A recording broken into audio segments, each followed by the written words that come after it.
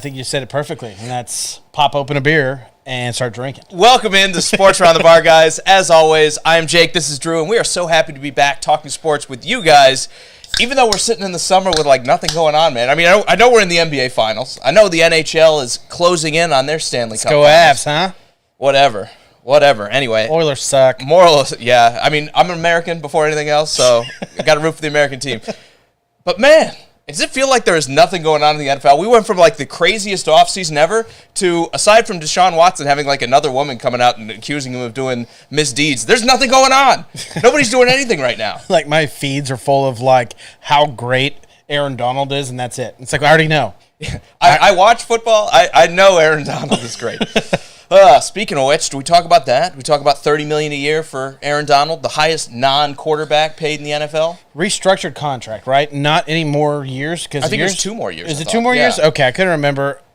Anyway, I think it becomes a 3-year, $95 million deal. So he's going to be making somewhere Was he close really to that close to the end of his contract? Man, I'm way off. I think he had 1 or 2 more. I don't know. Moral of the story is we don't know what we're talking about. Nope, not at all. But if there's anyone that deserves it, I think Aaron Donald is probably that guy. When you talk about the influence he has on a game, almost single-handedly.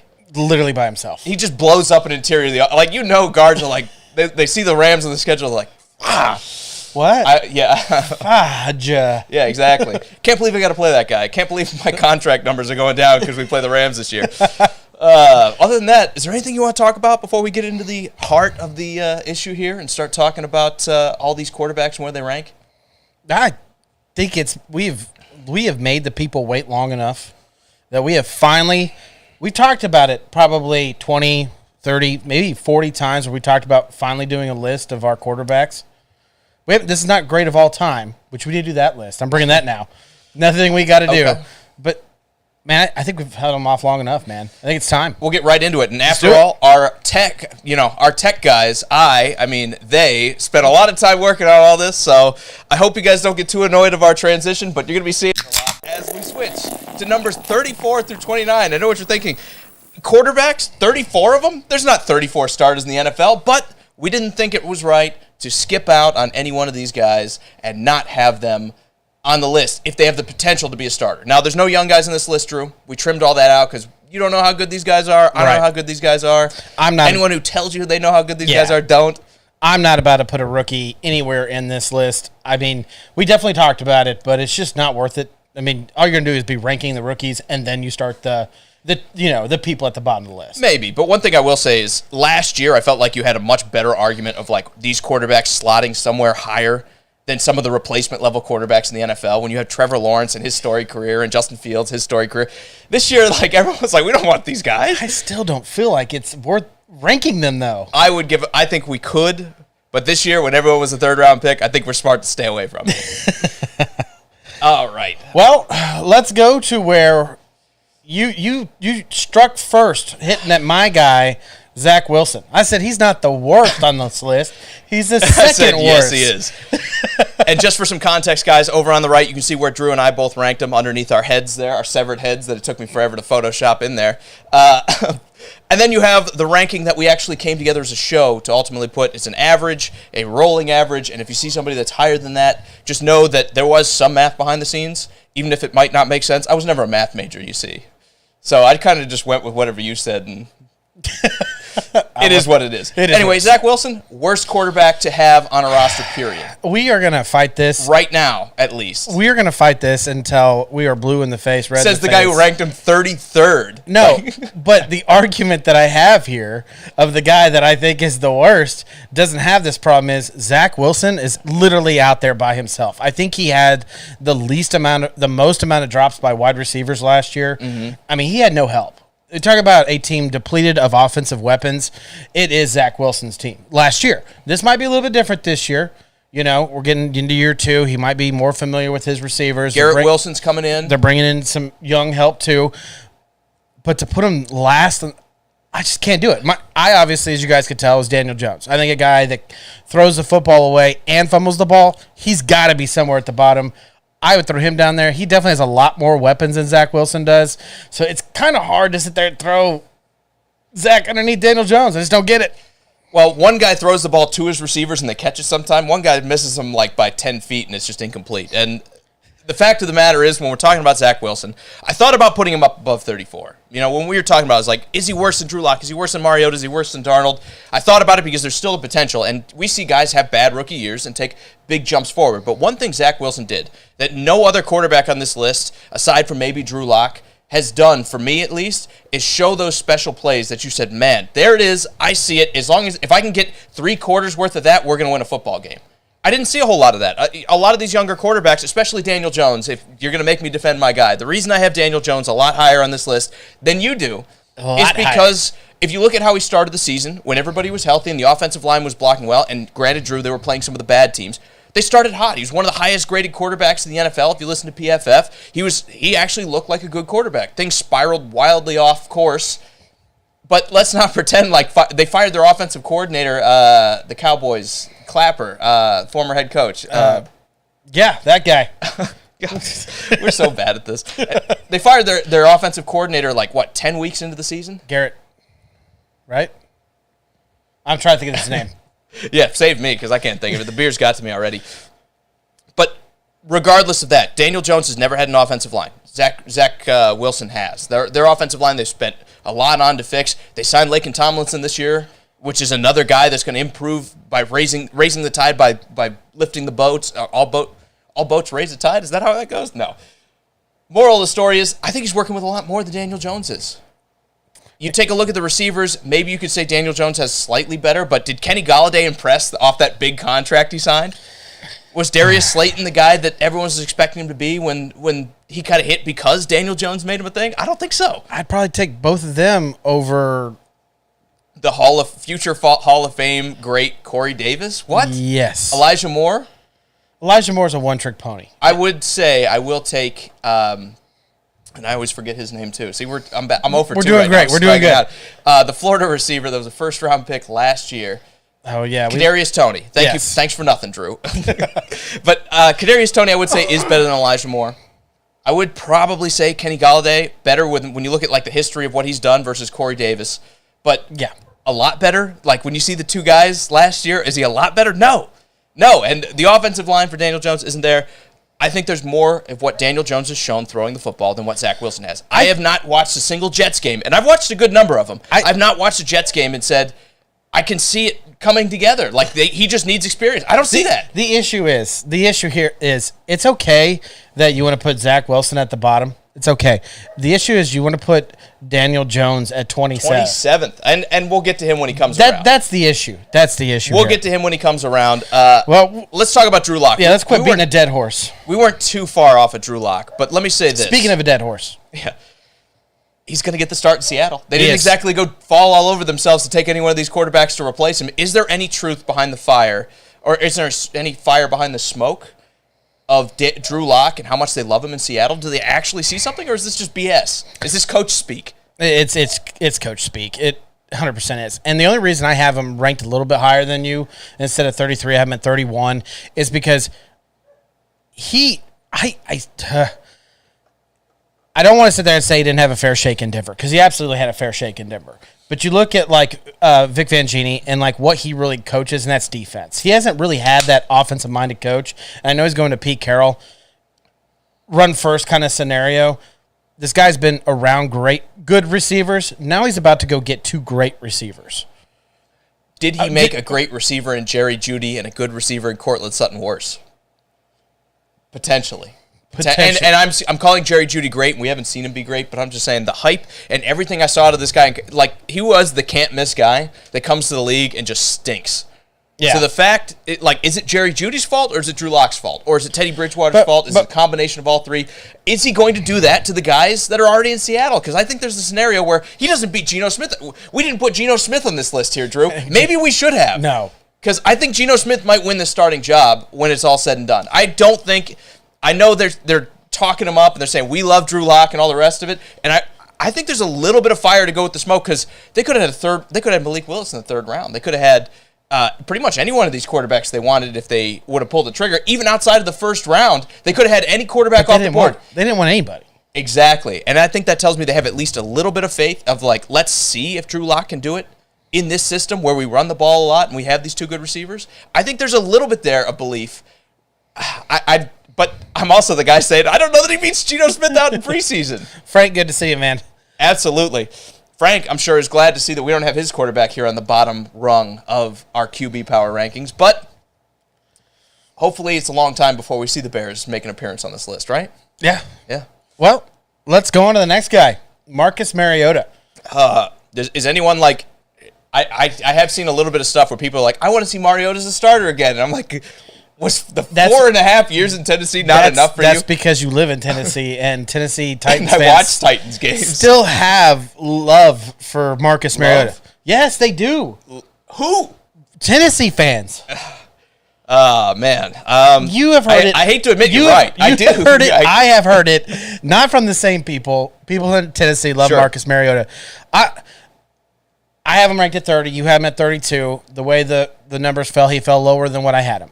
I'm not against him being at 32. I wanted to put him at 40. Because at the starting, because obviously two of these guys are not going to start in this list. Right. Is Marcus Mariota the worst quarterback that's playing for a team starting week 1 this year? It's a good possibility he is. I think he's got to watch his back when you talk about Desmond Ridder coming in, because at the very least, I know we got a little, okay, so Drew Rosen said something very similar. When he was drafted, there were 10 mistakes in front of me or whatever it was. 9 mistakes in front of me when he was drafted 10th overall. That guy was awful. Desmond Ridder said something similar, but I like that kind of attitude. That's what I want to see out of a guy that feels like he should have gone a lot higher in the draft and gets disrespected. So when Ridder is coming out and saying, hey, listen, all these teams passed on me, I'm going to make them sorry, I like to see that kind of chip on the shoulder out of a young guy. If Mariota comes in and is complacent, I know he's got a relationship with Arthur Smith from all the time they spent together in Tennessee. I still think he's got to watch his back. He's another guy that might not come out of training camp the starter. But isn't that what every player? Isn't that player talk? Every player that's drafted in the second round and below. I don't think a lot of guys say that though. You should be feeling it at least, right? If you're not feeling that way, you probably don't deserve to be in the league. That's right? true. You need to have that kind of chip on your shoulder if you're going to make it. The reason I have Marcus Mariota this low is because of health concerns. Mm-hmm. We saw him play here in Tennessee, get banged up, go out there and try to play again when he was not ready to be playing.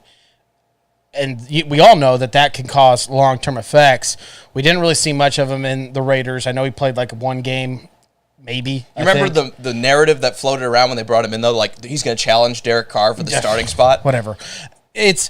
That's where my concern is. They're drinking the Kool-Aid. That's what I'm talking about. That's not happening. This guy is going to get banged up in that offense. It's not a good offense. I know you got Kyle Pitts. I know you got Patterson, but it's going to be tough for him. It's going to be tough. I give him 6 games. 6 games, and then he's gone. I think he could wind up playing the whole season because Atlanta's team is so bad that it's why would you throw the rookie to the Wolves? But when you spend that late of a pick on a rookie, what are you really out? I think that's kind of the perfect situation. Yeah, so. You find out what he's about with, plenty of games underneath him. I think the best thing Mariota has going for him is just the nepotism of him and Arthur Smith were together in Tennessee for a long time, and you don't make this move unless you like the guy. True. I really see this as one of those situations where they're going to have a subpar starter because the coach likes him, and we know we're not going to be good anyway, and we're going to go draft our guy next year. Right. So Mariota's pretty awful. You say it's just because of injury history. I think it's because he can't throw the football. No, I'm just saying, yeah. And when he runs, he gets hurt. So I'm not saying I put him that low because of his injuries. I'm putting him that low because I think he's going to get hurt. Let's talk about another guy we kind of disagree on here a little bit. I know our numbers are very similar, but this was my guy here, Drew. All right. Yeah. I swung the bat. Your guy's not that much higher. Don't give me that. This was my guy, and I will say this a lot about Sam Darnold at the very least. He hasn't had a good team around him since he's been in the league. Everyone is ready to say he's a bad quarterback. So has he had anything around him that you're yeah, the team really gave it to him and he just didn't rise to the occasion? So Zach Wilson should get a little okay, bit Zach, whose line is better, the Panthers or the Jets? Well, I'm talking about the Jets. Sam Darnold came from whose the Jets. Weapons are better? I mean, I like DJ Moore. He's fine. I don't like Robbie Anderson, but they paid him a lot of money. He's one of those guys that kind of hangs around these bad teams and puts up numbers and keeps himself in a job. A lot of teams, including the Titans, would pay Robbie Anderson a lot of money. Oh, I disagree. I disagree. I don't. The Titans didn't pay A.J. Brown a lot of money. You think they're going to pay Robbie Anderson a lot of money? They don't want to. No. They don't want to pay the people they drafted. They want to pull somebody else's players and bring them in and pay them a lot of money. Julio Jones. All right, Robert Woods. Robert Woods. You're not entirely wrong, but I don't think the respect for Robert Robbie Anderson is at the same level as a guy like Robert Woods or Julio Jones. Forgive me. I don't think he's quite there. How dare you? Would I you? pay Robert Woods 17 or would I pay Robbie Anderson 12? How dare you? He literally came from like the worst two teams, and he literally was a Jet, and now he's a Panther. Yeah. I mean, he hasn't played on any. But he also like followed Sam Darnold. Like he can't get away. He didn't follow. Sam Darnold came after. Yeah. That's true. That is true. But they're like, well, it works out so well in New York. Let's bring him down here to Carolina and let it ride. They needed a receiver. They needed someone next to Moore, and they were like, Robbie Anderson. No, I know. I'm talking about bringing Darnold in. They're like, that connection was perfect. We want that. Anyway. Sam Darnold this will be his last year as a starter. The seat does not get any hotter than where he's at. It's going to take something special, but very much like Daniel Jones, who was one spot higher than him on the show's ranking, he showed something in the first few games when Christian McCaffrey was healthy that they were winning games. They traded for Stephon Gilmore because they're like, we're going to the playoffs. And then McCaffrey got hurt, and that kind of all derailed everything else. Yeah. I think we kind of figured out Matt Rule isn't the best coach in the world. More on that to come in 2022.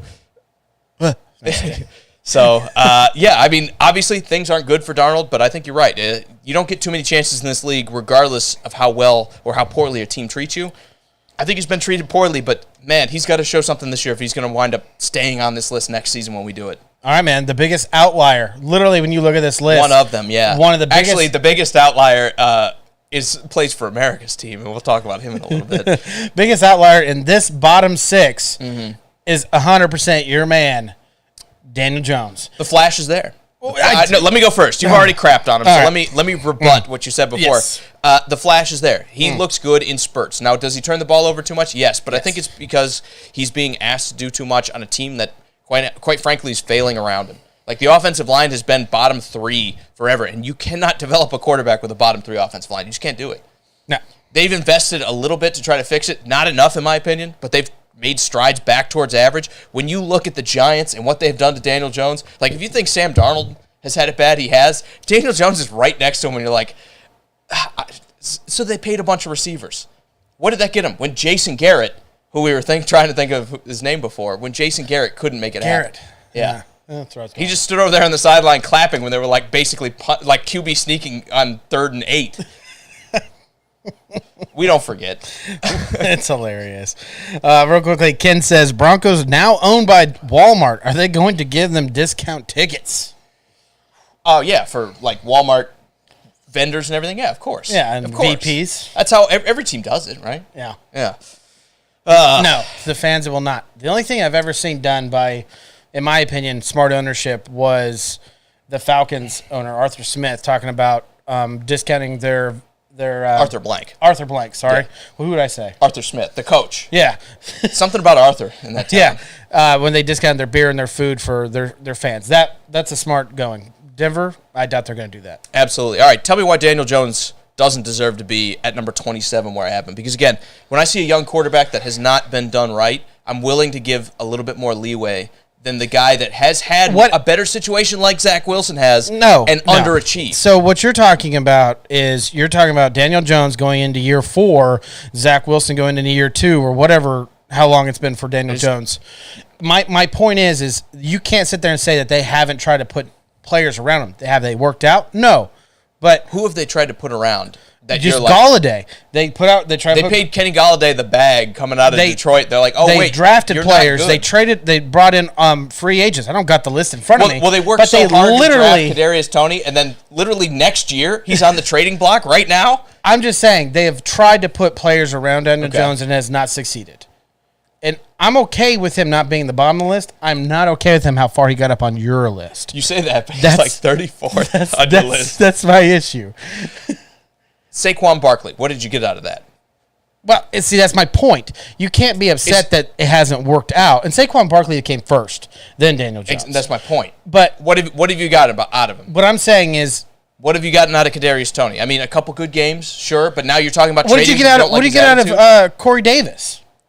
About the same as what you got out of so that's what my point Kenny is. Galladay. It's not you're comparing apples and oranges here. I don't have any issue with these guys switching places. My problem is Daniel Jones is so high up on your list at number 27 where I'm like, this guy can't hold on the ball. Every quarterback in the NFL is asked to do a lot for his team, especially the losing teams. They put more responsibility on the quarterback. To sit there and say, well, Daniel Jones should get a leeway because he's getting asked more, I call BS. I will say this. At the very least, when you talk about Daniel Jones, the fumbles and everything is a concern. But, again, you just don't survive with bottom three offensive line. Like, did you like Sam Darnold last year with his bottom three offensive line? Did you like Tua I'm not even trying. Tua out of Miami? Well, I mean, no, it's the same thing. Whenever you have, like, there is a minimum standard you have to have for your quarterback. And when you don't meet that, you can't be like, well, it's his fault we're not winning. Wow. And the Giants haven't done that for 4 years. There's a lot of teams that do that, including ours.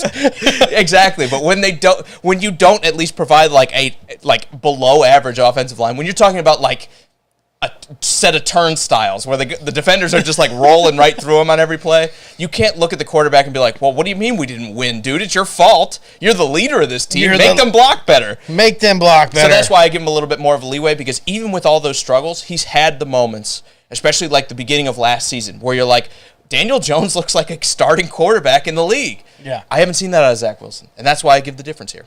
Michael, good to see you, man. All right, let's go on to Nets. Mitch Trubisky being a Steeler this year. Aren't we excited, Steeler fans? I don't know that he's going to start. He's not. I mean, I don't know that he's going to start week 1. Do you think he gets any weeks when you talk about Kenny Pickett going first round? He should start week 1, right? Veteran? No, I think it should be an open competition. I don't think Mitch Trubisky has done anything that I'm like, we have to give this guy like the keys first and like let him fail before we put the new guy in.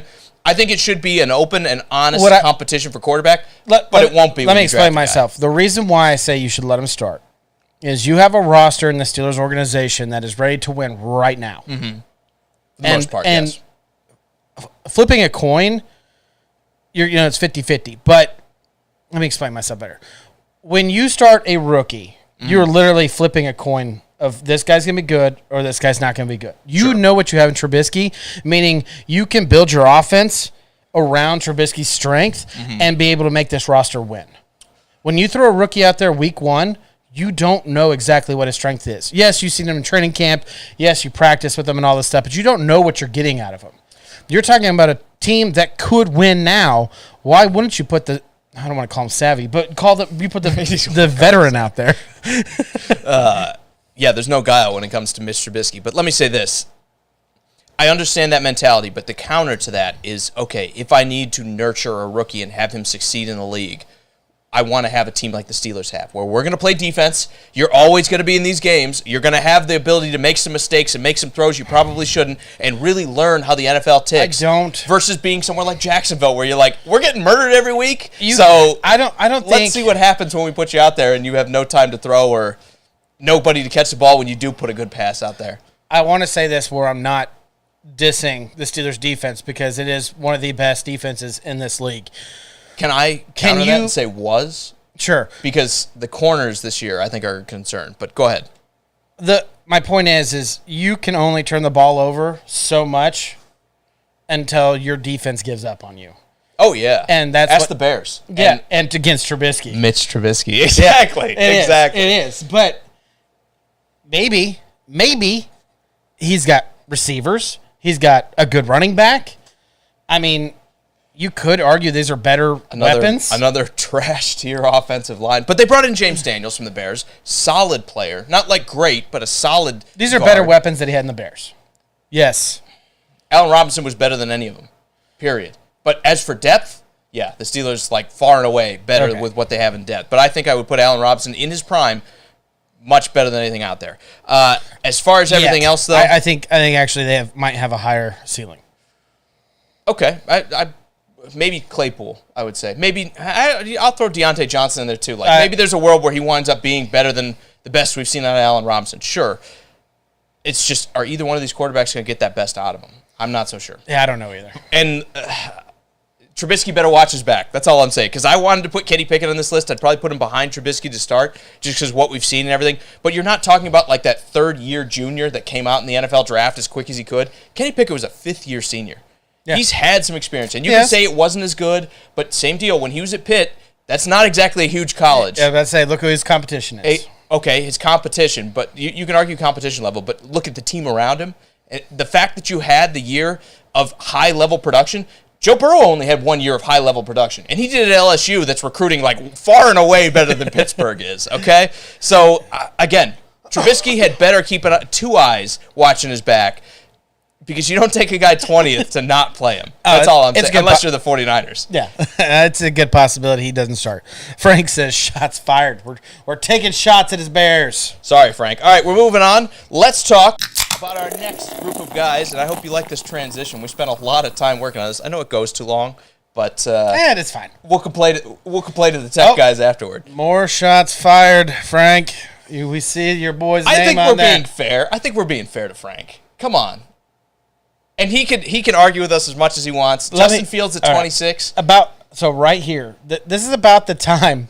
So when Jake and I were putting our list together and we were doing it side by side, but talking throughout it, this is the time where we kept bringing people in, and you'd see names drop, names go higher. I wish we could have filmed that. We should have. Don't forget, Daniel Jones should have been on this slide if this is my Oh ranking. my gosh, it was so funny. We should have filmed it. Dang it. Trey Lance at 28. Are we being too generous for a guy that was drafted 3rd overall and couldn't beat out noted replacement level quarterback Jimmy Garoppolo? This is the guy that came out. Who also is not on this list though. So this is the guy this spot. This is the guy that came out of my bottom 6 because I probably put a bottom 6, and only because I haven't seen enough. And I can't sit there and say, oh, he's better or worse than these guys because I haven't seen enough out of him. Right? I mean, that was the whole point of this list. We're not going to sit there and put rookies out here because we haven't seen them play. And then you throw Trey Lance out there and it's like, well, we saw what? 1 game? Yeah. And like some partial, a little bit of like usage in between, but not much. Not enough. And I think that almost is a negative. Why would you take a guy 3rd overall and then say, we have to go with the guy that's going to give us the best chance to win, and that's not you? That should be like every red flag in the book just got raised. And even now, like all the talk around San Fran is that there's players in the locker room that are like, we need to let Jimmy G start because he gives us his best chance to win the Super Bowl. He does.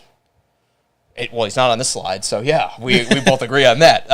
Let me say this, though. Like you said, you only had the 1 game, and the only thing I think that saves him from something like Zach Wilson is when Zach Wilson went down and Mike White had to come in, another rookie that year. He had like a career day for a rookie in that offense.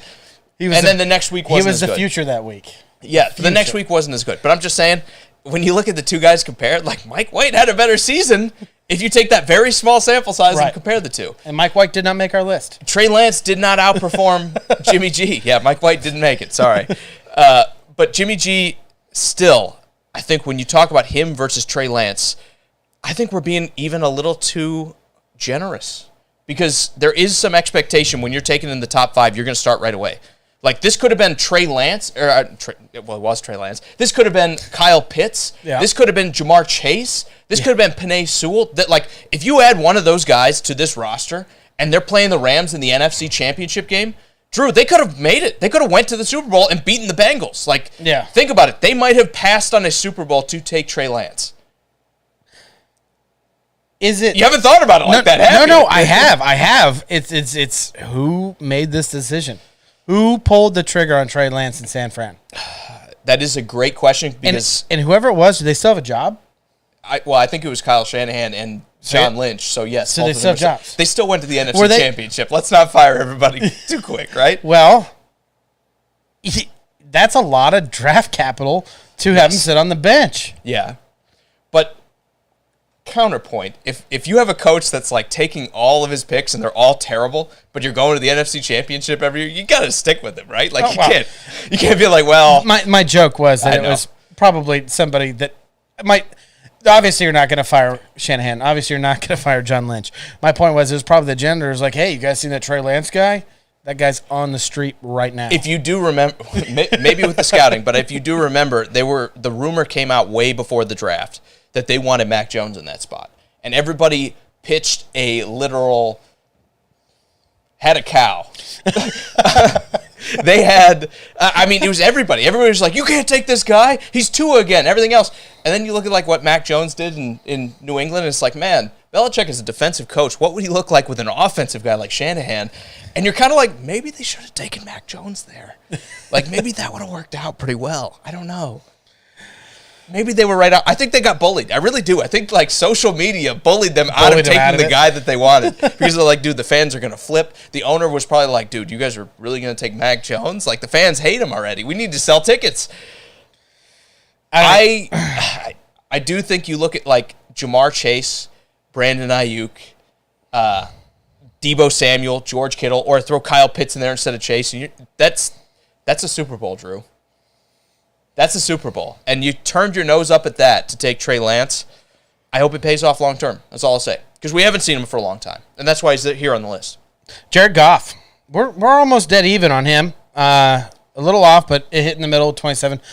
Is it, and I'm just speaking like I don't believe this, is this just because he went to Detroit that you saw the fall of Jared Goff? No. I mean, he went from like one of the best offenses and best schemes with Sean McVay to like one of the worst in Detroit. But again, it's what do you put around him? Detroit has a very good, very quiet, but very good offensive line. Yeah. An offensive line raises your floor of like what you can expect out of a quarterback. Some brawlers. Yeah. Now, I know they weren't winning a lot of games, right? Right. Because the rest of the team isn't good. But at the very least, remember when they won the game? They were competitive in some of them. Like they won the Super Bowl. Yeah. Not a great sign, but also I understand. Like, there's a point in time where you're like, everyone was like, these guys aren't winning anything, and they finally get one. I get it. I had him at 26, so I had him one step above, and obviously, as you can look at on the slide there, it's, Justin Fields would be the one replacing him. I just don't have the faith in Justin Fields, and I'm not trying to skip Jared Goff, but these two literally are kind of switching back and forth to me. Goff obviously been in the league a lot longer, more experience. I would have put him above Justin Fields. Justin Fields, to me, put out one of the worst ever games I've seen in my life. Let's talk about what he's had around him. Like, Allen Robinson was pretty obviously, he quit. He did quit. Right? He quit that season. Maybe the team quit on him. Maybe a little bit of both. Maybe, like, both sides were kind of, like, tired of each other, and they're like, it's over. Yeah. I like Darnell Mooney. He's fine. Like, if the best thing I can say about your team is, like, you have a player that's fine, you're not in a good place. I mean, I like David Montgomery. The line's not good. I like Dave Montgomery. Yeah. I don't want to say he's fine because it's a little insulting, but he's, like, just, like, one step above fine where, like, he's good. I was going to say fine again. He's all right. Frank says Detroit lost a lot of close games last year. They did. They were battling. And I think Jared Goff has some experience, and he can be that guy that can be your game manager. Campbell's head coach? Dan Campbell, yeah. I think it's because it shows how great he's a coach, how great of a coach he is. That's my God honest truth about that. It shows that he can make these young men want to be competitive and want to push, even though they realize that when they go out there, they're out there almost for a paycheck. Far be it from me to kind of snipe at him because, again, he's not dealing with a lot of, like this wasn't a good situation coming in. But I think we give him a little bit of a pass because people like him, and I like him. It won't ever be good. But I think we give him when's the next time Detroit's going to be good? I'm going to say every that. year if you listen to the fans. I'm going to say that, and I'm going to go get another beer. All right, well, let me say this. When you talk about Detroit versus Chicago, at least Detroit had the offensive line, right? Like, they should have been running the ball better than they wound up doing when you talk about how good this offensive line was. They kind of figured it out at the end where DeAndre Swift was good. Chicago was kind of, like, their line wasn't good. Their receivers weren't really good, especially after Allen Robinson quit. I know Detroit didn't have any receivers. When you compare these two teams, there's a reason both these quarterbacks are close to each other. The reason I have Fields higher is just because of the unknown. And again, he's had those flashes where you're like, there it is. He's had some bad moments. But rookies have bad moments. Very bad moments. But he's also had some plays where you watch and you're like, there it is, where he flings the ball 40 yards down the field and hits a guy in stride, and you turn it into a big play. So you can see it. And maybe with Matt Nagy gone and the scheme changing, things might get a little bit better out there in Chicago. Matt Nagy being gone is probably the only reason I don't have him in my bottom six, because I do blame Matt Nagy for a lot of this. Maybe I should talk about this Trey Lance, but Justin Fields has great ability with his legs. Right. His running ability does put him higher above other people, and maybe he could pull like a Lamar Jackson kind of scenario where like, okay, this guy can't throw, and maybe, and I'm not saying that because I think Justin Fields can throw. If you're going to sit there and tell me to compare arms between Lamar Jackson and Justin Fields standing, I would say Justin Fields has a better arm. Yeah. Lamar Jackson's faster. But anyways, beyond that point, you put a guy out there with great legs and can throw the ball and maybe be able to learn under a different system besides Matt Nagy, you might see Justin Fields in the top 15 next year. Not when you look at the roster, but I agree. Maybe 2 years. Give me 2 years. There's always those unknown factors. Yeah, I mean, we thought the Texans were going to be the worst team in the league last year, right? Exactly. Yeah, so I agree with that. All right, Tua. 25 across the board. 25, 25, 25. That's where he winds up on our list. It's prove it year. That's all I got. Is there hope? Is there hope? Yeah. Look at his roster around him. His weapons are... That's what I've been saying about like these other guys. Like they don't have the roster, so it's not their fault. But now when it's Tua, it's like, he's got the roster now. The hope is there. Now, you asked me if there's hope. Yeah, there's hope. He's got weapons. He's got great weapons. They pretty much brought in every free agent and running back department to their facility. This should show it. What is Tua? But how do you run the ball? But you build the offensive line. What did they not do enough? They brought in Connor Williams. They brought in what is the Saints offense? Teron Armstead. So they have put some investment. But when you need like 5 starters, 2 doesn't exactly move the needle a whole lot. Because you might be like blocking those those guys on that side of the line, and then sometimes the other half is not really. Sometimes that's all that matters. Let's just say you could be running a lot of bootlegs to the right side. Tua has not done enough. He hasn't stayed healthy. He hasn't done enough in this league. I know there's like the ESPN stat out there where he's like the highest completion rating for balls past like the 30-yard throw or something like that. But that's because he doesn't take those shots. So like when you complete like 1 of 1, it's a crazy ESPN stat. So he's got a lot to prove. That's the reason why he's so low on my list.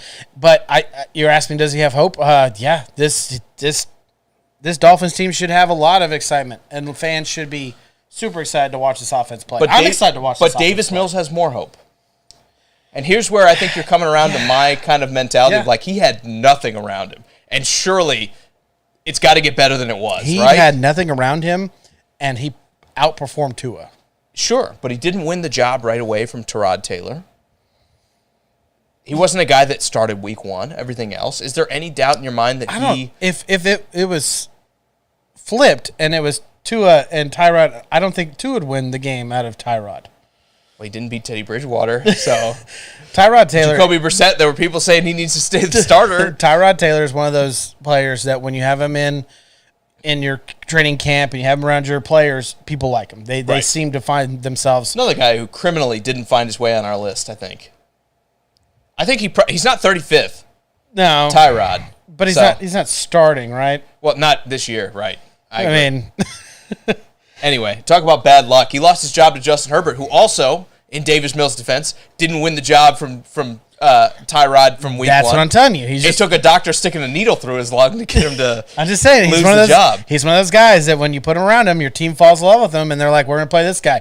Davis Mills. I think it's exactly what it is he gets a bad rap because he plays for a terrible team. Right. Would he start somewhere else? I don't know. But would I want my team to go out? I would take him over Drew Lock. I would, okay. If I was the Jets and they said Zach Wilson for Davis Mills straight up, I'd think about it. I wouldn't do it, but I'd think about it. I think about it. Okay, how about Jared Goff? Yeah, I'd do it. I'd do it because Goff is, like, you know what Goff is, right? Like, Goff's not getting a whole lot better. Goff's not going to be a guy next year that you're like, man, where did this come from? Right? I mean, he took a team to a Super Bowl. And scored 3 points in it with like the greatest, arguably the greatest offensive mind in our generation. Literally coaching him. That's literally the best argument every time anyone brings that up. But you got to bring it up. You do. You got to bring it up. He's been to a Super Bowl. Yeah.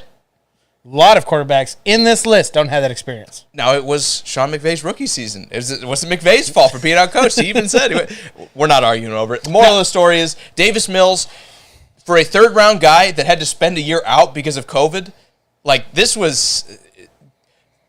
I hope it wasn't a swan song. I hope this wasn't like a one and done kind of play out of him because even though he's in my team's division, this was spectacular. Like I think it's underrated how good this guy was when you consider how far the chips were stacked against him. I think his story is underrated. I think if you go back and what if ESPN or not ESPN, NFL's does, NFL Films does like a story about him. I think it'd be kind of interesting. You're talking about we all believe the worst team in the league. Anyone says they said different, I don't believe them. last year, and you're talking about a guy that made his team competitive when he shouldn't have. Next player, Jameis Winston. Why in the world do we have the guy that throws 30 for 30? And I'm not talking about the show. Because he did last year. So high on this list, and I'm calling 23 high. Well, it's the high end, right? Like, when you get good Jameis, things are going great. And when you get bad Jameis, you're like, man, we're in the doghouse. I'm going to lose my job. I better start updating my resume. Let's trade all the wide receivers off of this team. Let's get gone. We're playing for the first overall pick. And then when it's good, you're like, we're going to the Super Bowl, baby. Like, you don't get 30 touchdowns. We're going to the playoffs. Yay! Okay, maybe. But still, the point here being, when it's good, it's great. And when it's bad, it's awful. So you got to put him above the guys that are kind of just like treading water in the league. The question is now, and I think this is the most underrated storyline for the Saints, but now that the mastermind, Sean Payton, is gone from the organization, and you're relying on Dennis Allen, who is the defensive mastermind. Right. What does this offense look like? And will they come out the next year, like they did last year, and say, the way we win games is by limiting Jameis Winston? So I don't really know the whole coaching carousel that happened down there with Sean Payton retiring. I don't know if supposedly trying to sneak his way off to Miami with that Tom Brady super deal. Okay. Yeah.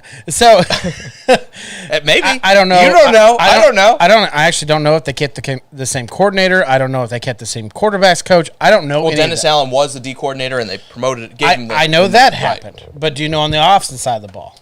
I don't, but I know Sean Payton called the offense, so it doesn't matter to me too much. Well, my point is, one of the best things that ever happened to Jameis Winston is he went to the Saints.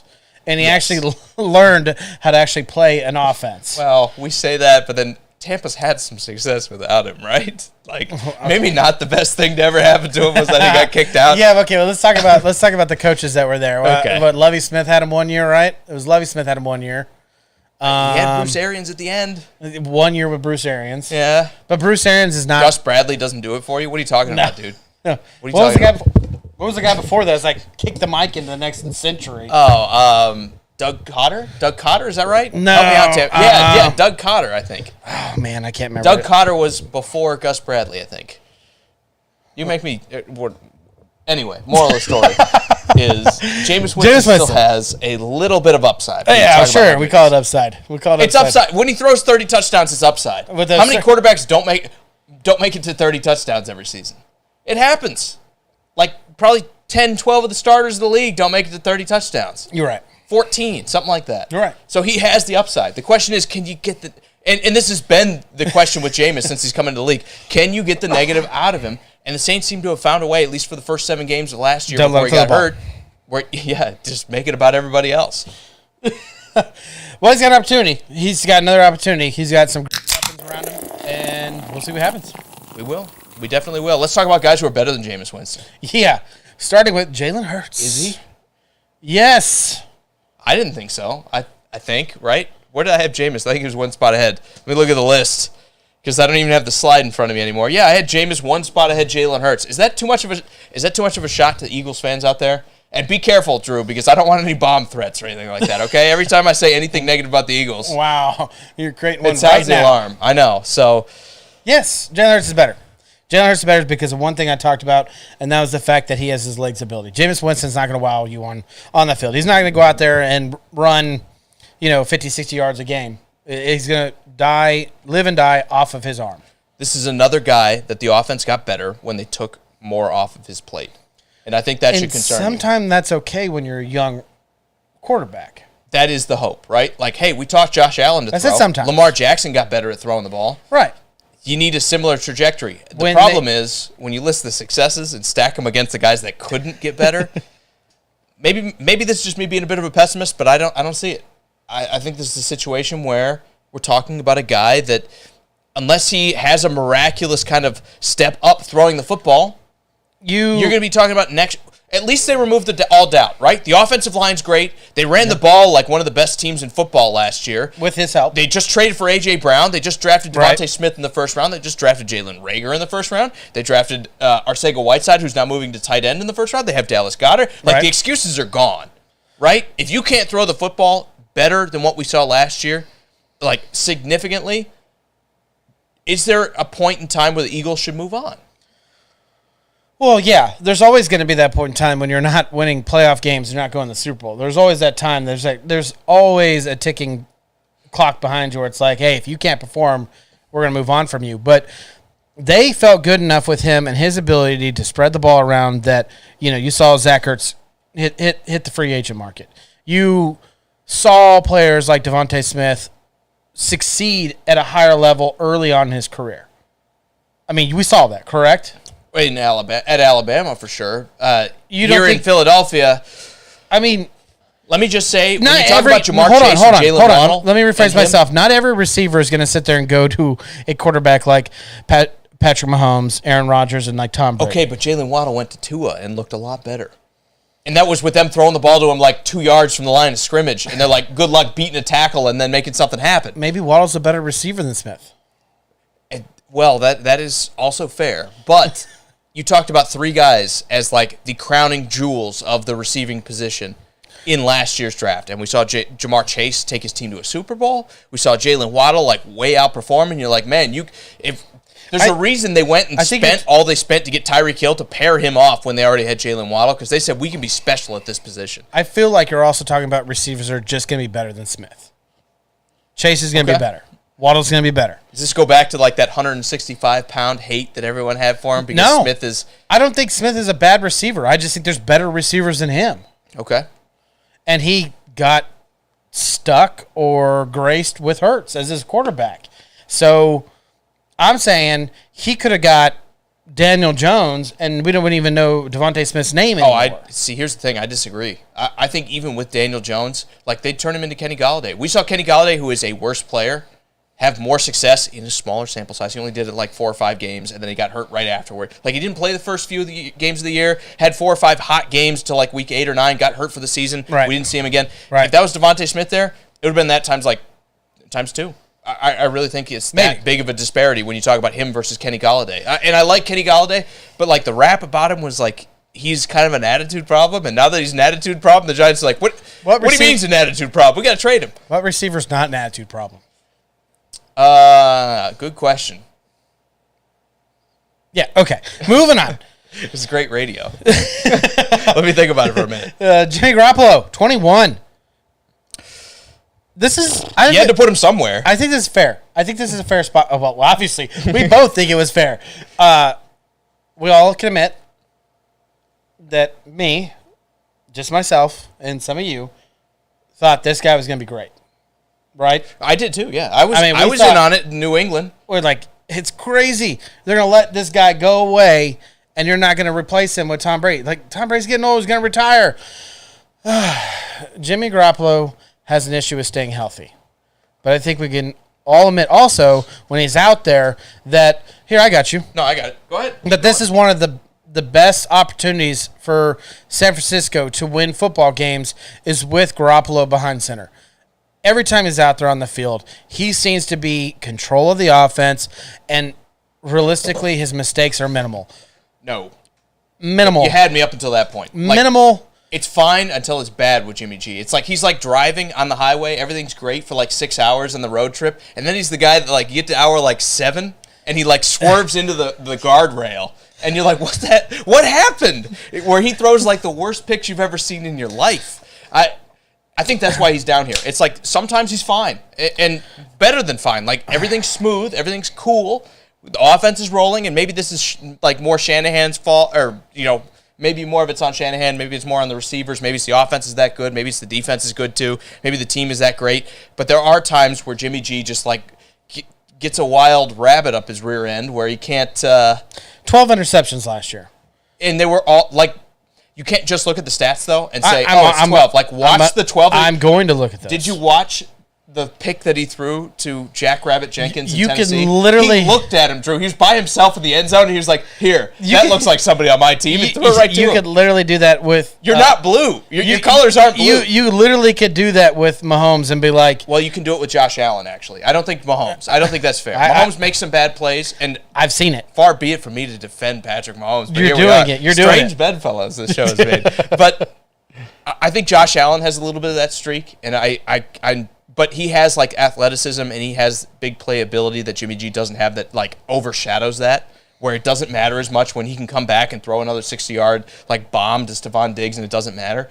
Jimmy G, I think when he makes those mistakes, isn't good enough to overcome. And I think that's why he's at this spot on the list, because you can't have those brain fart. Another guy that makes those mistakes that we're going to talk about is Matt Stafford. Matt Stafford is like great for 3.5 quarters, and then you're like, what happened like 12 minutes into the third quarter where you threw the ball to 3 linebackers in a row? Okay, I can't figure this out. Screw it. I was going to just pull it up, but it's all right. I get it. You can't sit there and look at the stats and go, oh, it was only 12 interceptions. Not all picks are the same. For a guy whose quarterback had a lot of receivers, like it bounced out of their hands to a defender, not all picks are the same. And Jimmy G has some of those ugly, ugly interceptions on his resume. And I think that's just... If you tell me my quarterback's going to throw 12 interceptions, and he's not a top 5 quarterback, and you're asking me to live with 12 interceptions in a year? If I was Zach Wilson, I'd be like, give me that all day. I'd accept it. The difference, again, is, like, what do they have around him? Like, it doesn't get much better than this, right, Drew? Like, when you're talking about the 49ers, it doesn't get a whole lot better than this. I mean, it gets better at receiver. Really? You don't like Ayuk and Samuel? No, I do like them. I just don't think that that's your ideal receiving core. I think that's pretty strong. It is. I think it's pretty strong. Okay, so would you... I mean, like, the Cowboys were better when they had, like, CeeDee Lamb and Amari Cooper and Michael Gallup. But they didn't have George Kittle in there either.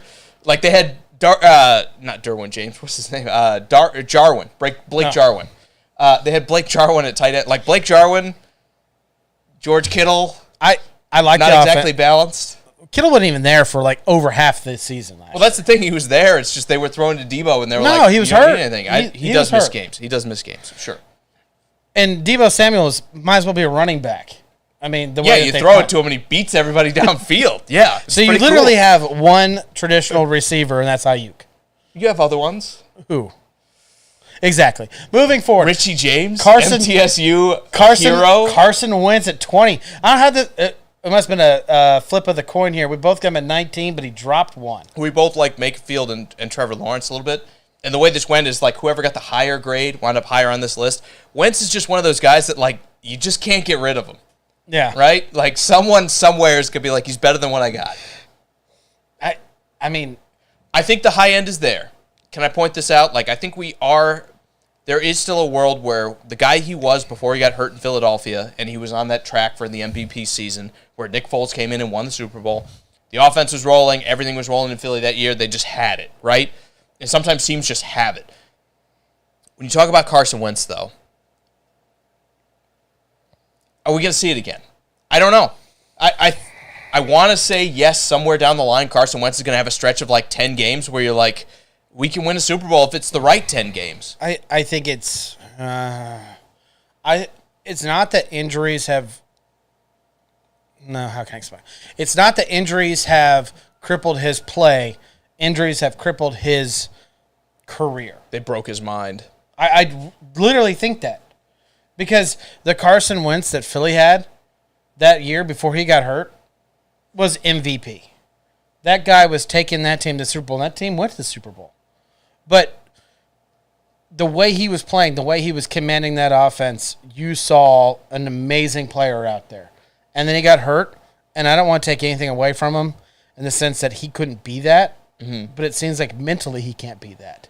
I still think he can be there. And when you look at like the way the Colts, he had like multiple like severely sprained ankles, which usually like a 4 to 6 week injury.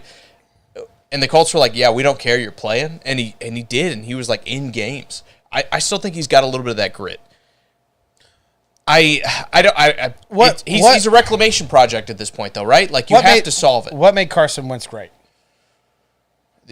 Whatever Doug Peterson was doing in Philadelphia. That the got baller, the best out of the baller Alshon mentality. Jeffries. Okay. The baller mentality. Whatever it took to win, I think the toughness was part of it, too. Like, yeah, that's a his baller. Big body where, like, you got like defensive ends and outside linebackers like draped on your shoulders, and you're still just like dragging them like a cape. That's that baller mentality. Yeah. I didn't see it ever once in the Colts, and that's not. Well, they didn't ask him to be that guy. They were never like. But well, okay, that's they did that a couple times. That's what made him great, though. Sure. That he was willing to do that. Sure, but not every team runs like that. I mean, here in Tennessee, they wouldn't be like, "Hey, Carson, go throw 45 times." The Colts were in a similar situation when they said, "We run the ball," And when you talk about Carson Wentz, he is where he is because the high end hasn't returned.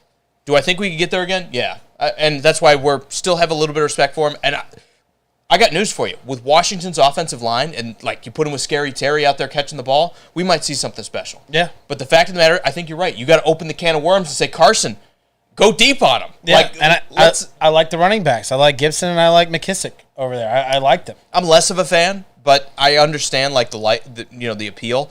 I think the biggest thing about this team though is they have stacked playmakers on the offensive side of the ball. When you talk about Curtis Samuel coming in, they drafted Diami Brown, who hopefully has a better year 2 than he did year 1. They still got Terry McLaurin. Like, it's all together. Like, this is it. If Carson Wentz comes out and puts up another dud, you're going to see him drop on our list next year. Absolutely. Like, majorly. Number 19, Trevor Lawrence. Man, Trevor Lawrence. I think we both agree. We both agree that this is more of a fact. Not that he's ranked. This is projection, 1,000,000%. Yeah, this has nothing to do with the fact that he didn't do anything. I think it had more the fact that could you ask for more of a worse than a first year of an NFL quarterback than what he had? And I think the big thing, like if he didn't have that week, 18 against the Colts, where that was what we were waiting to see.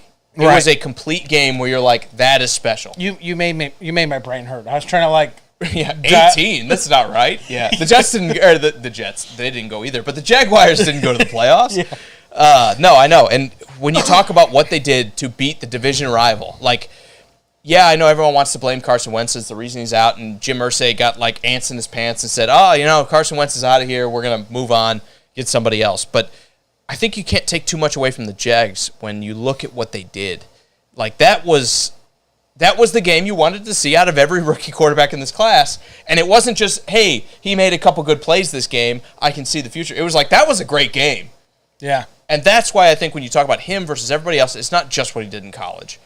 That's part of it. But more so, it was he put together a couple of those games this year where you're like, there it is. Yeah. And you also didn't see him, and of course I don't live in Jacksonville and I don't live in Florida, but you don't see him going out to the media and blaming everything on his, and if anybody could, it would be him. Yeah, exactly. But everyone, for him blaming his first year in the NFL, the guy was a true professional, and I think the Jags are lucky to have him. And I think 19 is a fair spot. Even though I had him a little bit lower, 19 is a fair spot. One for spot, him. you were way down on him, and I was one spot higher. So again, we're kind of in the same situation. But should we have the same kind of respect for Baker Mayfield, who comes in one spot higher? Again, I'm a little bit lower on him. Yeah. Because, again, when I evaluate quarterbacks, as much as it is what did you do, I look at what did they put around you. And when you look at what Baker's had in Cleveland these past couple of years, I know when he started it wasn't good. Right? It was the Browns. They had that jersey that had like 40 names on it of guys that had been like one and dones at starter for like 25 years. I'm exaggerating, but you get what I'm saying. You're close. The fact of the matter is when you talk about Baker Mayfield, though, at the end of the career, and I know last year he got hurt, and year 3 he was all right. He was good. But they put Odell Beckham on that team. They put Jarvis Landry, who used to be a good receiver. Everyone forgets. In Miami, the guy was like the reception god, where it was like 18 catches a game. He was the Waddle of Miami. Exactly. They signed Austin Hooper. Well, no. That's short of yardage, but not exactly the same. They signed Austin Hooper, who had a lot of success out of Atlanta. They had Dave Njoku, who was a highly drafted tight end. They had the best offensive line in football, or top 2, top 3, when you compare them versus the Colts and the Cowboys. They had the running game, and yet still something was missing out of Cleveland. And I when you everything adds up and it's still not working, that's when I start to point at the quarterback, and I'm like, man, maybe you should be doing a lot better than what we're seeing. Okay. Here's your guy, by the way. Let's dial My guy's all the way down at 30. Let's dial it back a little bit here. What Baker did to himself was the worst thing he ever could have done in his career. When he got hurt with his shoulder, he should have called it a season. And I understand why he didn't. I get it. It makes sense. You want to play. You want your team to do well. You have this amazing roster that Jake was just talking about. And you want that guy. And you want that guy to go out there and play. But what he did, he hurt himself. He literally lowered the value of him as a quarterback in this league. And let's act like the timeline didn't happen. Let's say Baker Mayfield never got hurt. And let's say Baker Mayfield played like this, and he was the reason the Browns lost, would I have Baker lower than 18? Yes. I would. I would too. I would have him lower than 20.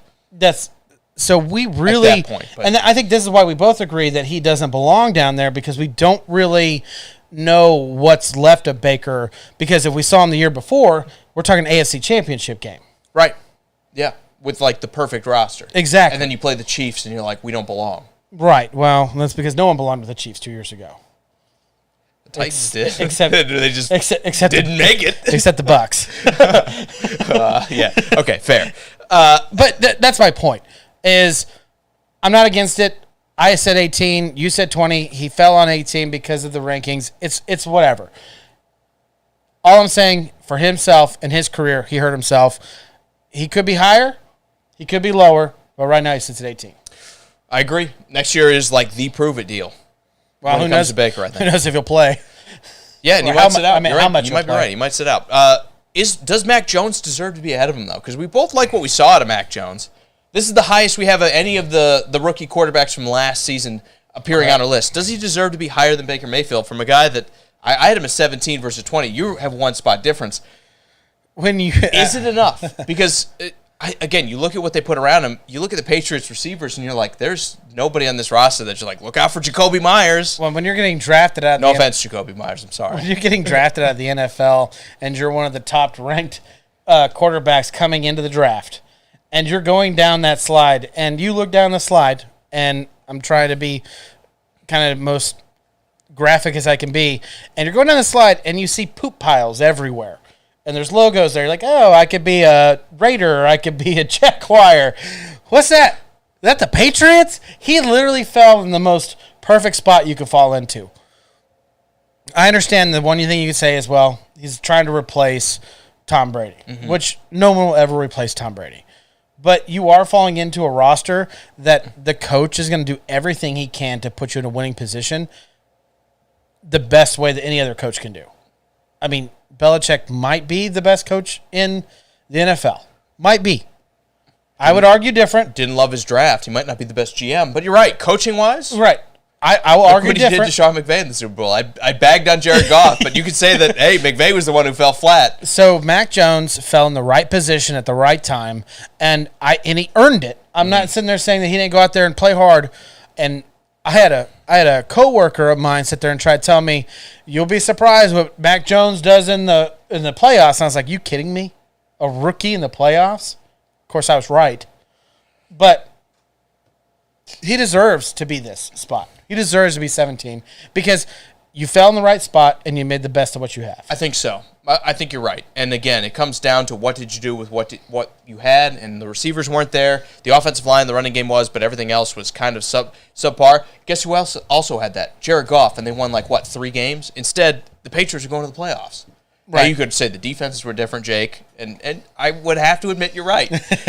But still, when you talk about what the offenses were able to achieve, they did so much more in New England than they did in Detroit, and I think a lot of that is because Mac Jones has risen above expectations, and I think he deserves a spot here.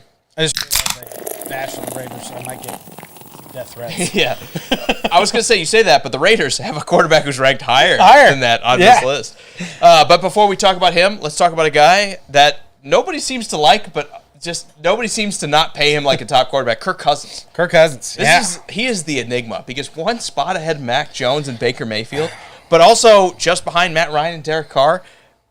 Is there a spot that you think Kirk Cousins could win a Super Bowl? Oh, you threw me off. That's not. Is it in Minnesota? That's not what I thought you were going to ask me. No, it's not in Minnesota. It's just not. Their opportunity was probably about 2 years ago. Yeah, when Case Keenum was in there. And then their head coach wound up running, or their offensive coordinator wound up running off to Cleveland to be the head coach. I literally thought you were going to ask me, is he worth this position up here? And I was going to be like, I think this is where you start arguing your top-tier quarterbacks. And does Kirk Cousins belong in that discussion? Yeah, I think the line is here. Maybe you could say Mac Jones is like the fringe where, if your quarterback is worse than Mac Jones, you need a better quarterback. Yeah. But if your quarterback is better than Mac Jones, you're probably in a position that if the rest of the team is good, if I pull a San Fran and everybody else in the roster's about as good as it gets, right? Outside of their secondary, don't want to. Yeah. Let's not break an arm. Never mind. Yeah, I agree. I think they are in a spot that you can win a Super Bowl if everything's perfect. But I think when you're talking about this spot on the list, everything had better be perfect. Yeah. They've got the receivers. The offensive line is like risen to like somewhere just below average. Mm-hmm.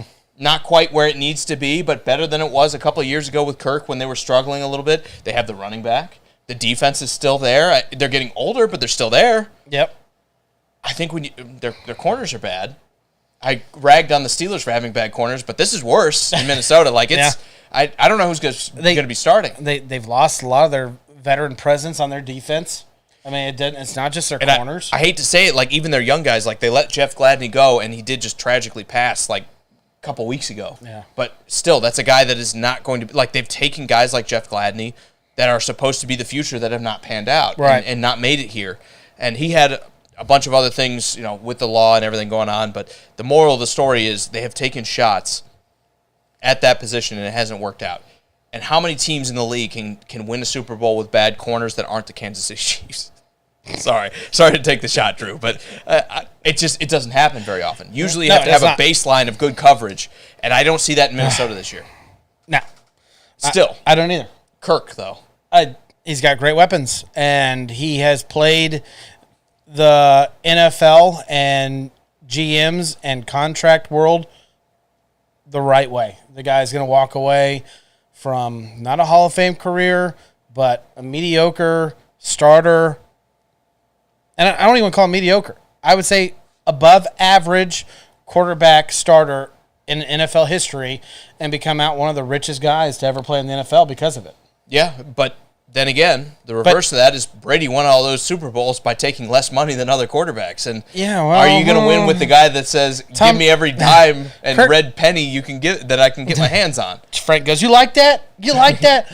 I don't think Minnesota does. But they paid him. They re-upped him this year. They did. For another year, but still. You know what? Kirk Cousins isn't marrying a billionaire supermodel either. So he doesn't need to. Just saying.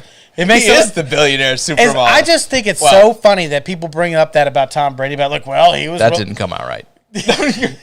I think it's so funny that people bring that about Tom Brady where it's like, oh, well, he's willing to take a discount to make his team win. Yeah, it makes it really easy when your wife literally makes 5 times the amount that you would have. It does. Even if you sign that giant contract. Let's take this with a grain of salt here.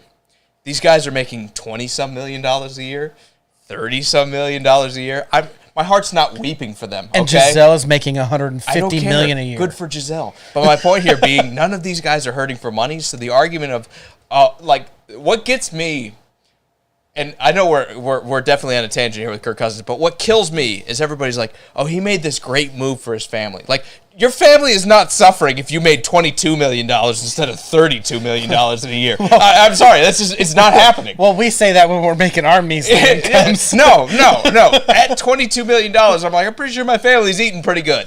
Like, yeah. I'm pretty sure we can eat whatever we want at that point. Yeah. There comes a point in time where it becomes detrimental, and I'll give Patrick Mahomes, this is a weird episode where I'm all over Mahomes and you aren't. I said one bad thing. And I've said 2 good things, so this is an opposite episode. But the one thing he did is he could have just absolutely put the Chiefs in the chokehold and said, "You're paying me, buddy." And the money on paper looked big when you talk about the 10-year, $400 million. But he said, "You're giving me 3 years, $200 million," and they probably would have been like, "All right, you're right, yeah, it's gonna happen." You want it? All right. So Kirk Cousins, the guys that want to win don't take the money, and I think that's what Kirk has done. Good for him for getting paid. Everything else, arguably one of the best ever business savvy quarterbacks in the NFL ever. But that business savvy is keeping a good left tackle from protecting your butt. Exactly. Moving on. Matt Ryan, number 15. Where do we put him anymore? Where do we put him?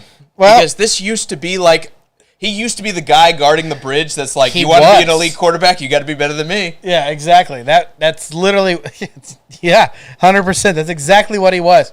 But I think you and I both agree that this is a quarterback, maybe in Indianapolis, in the right situation, could still take his team to a Super Bowl. Sure.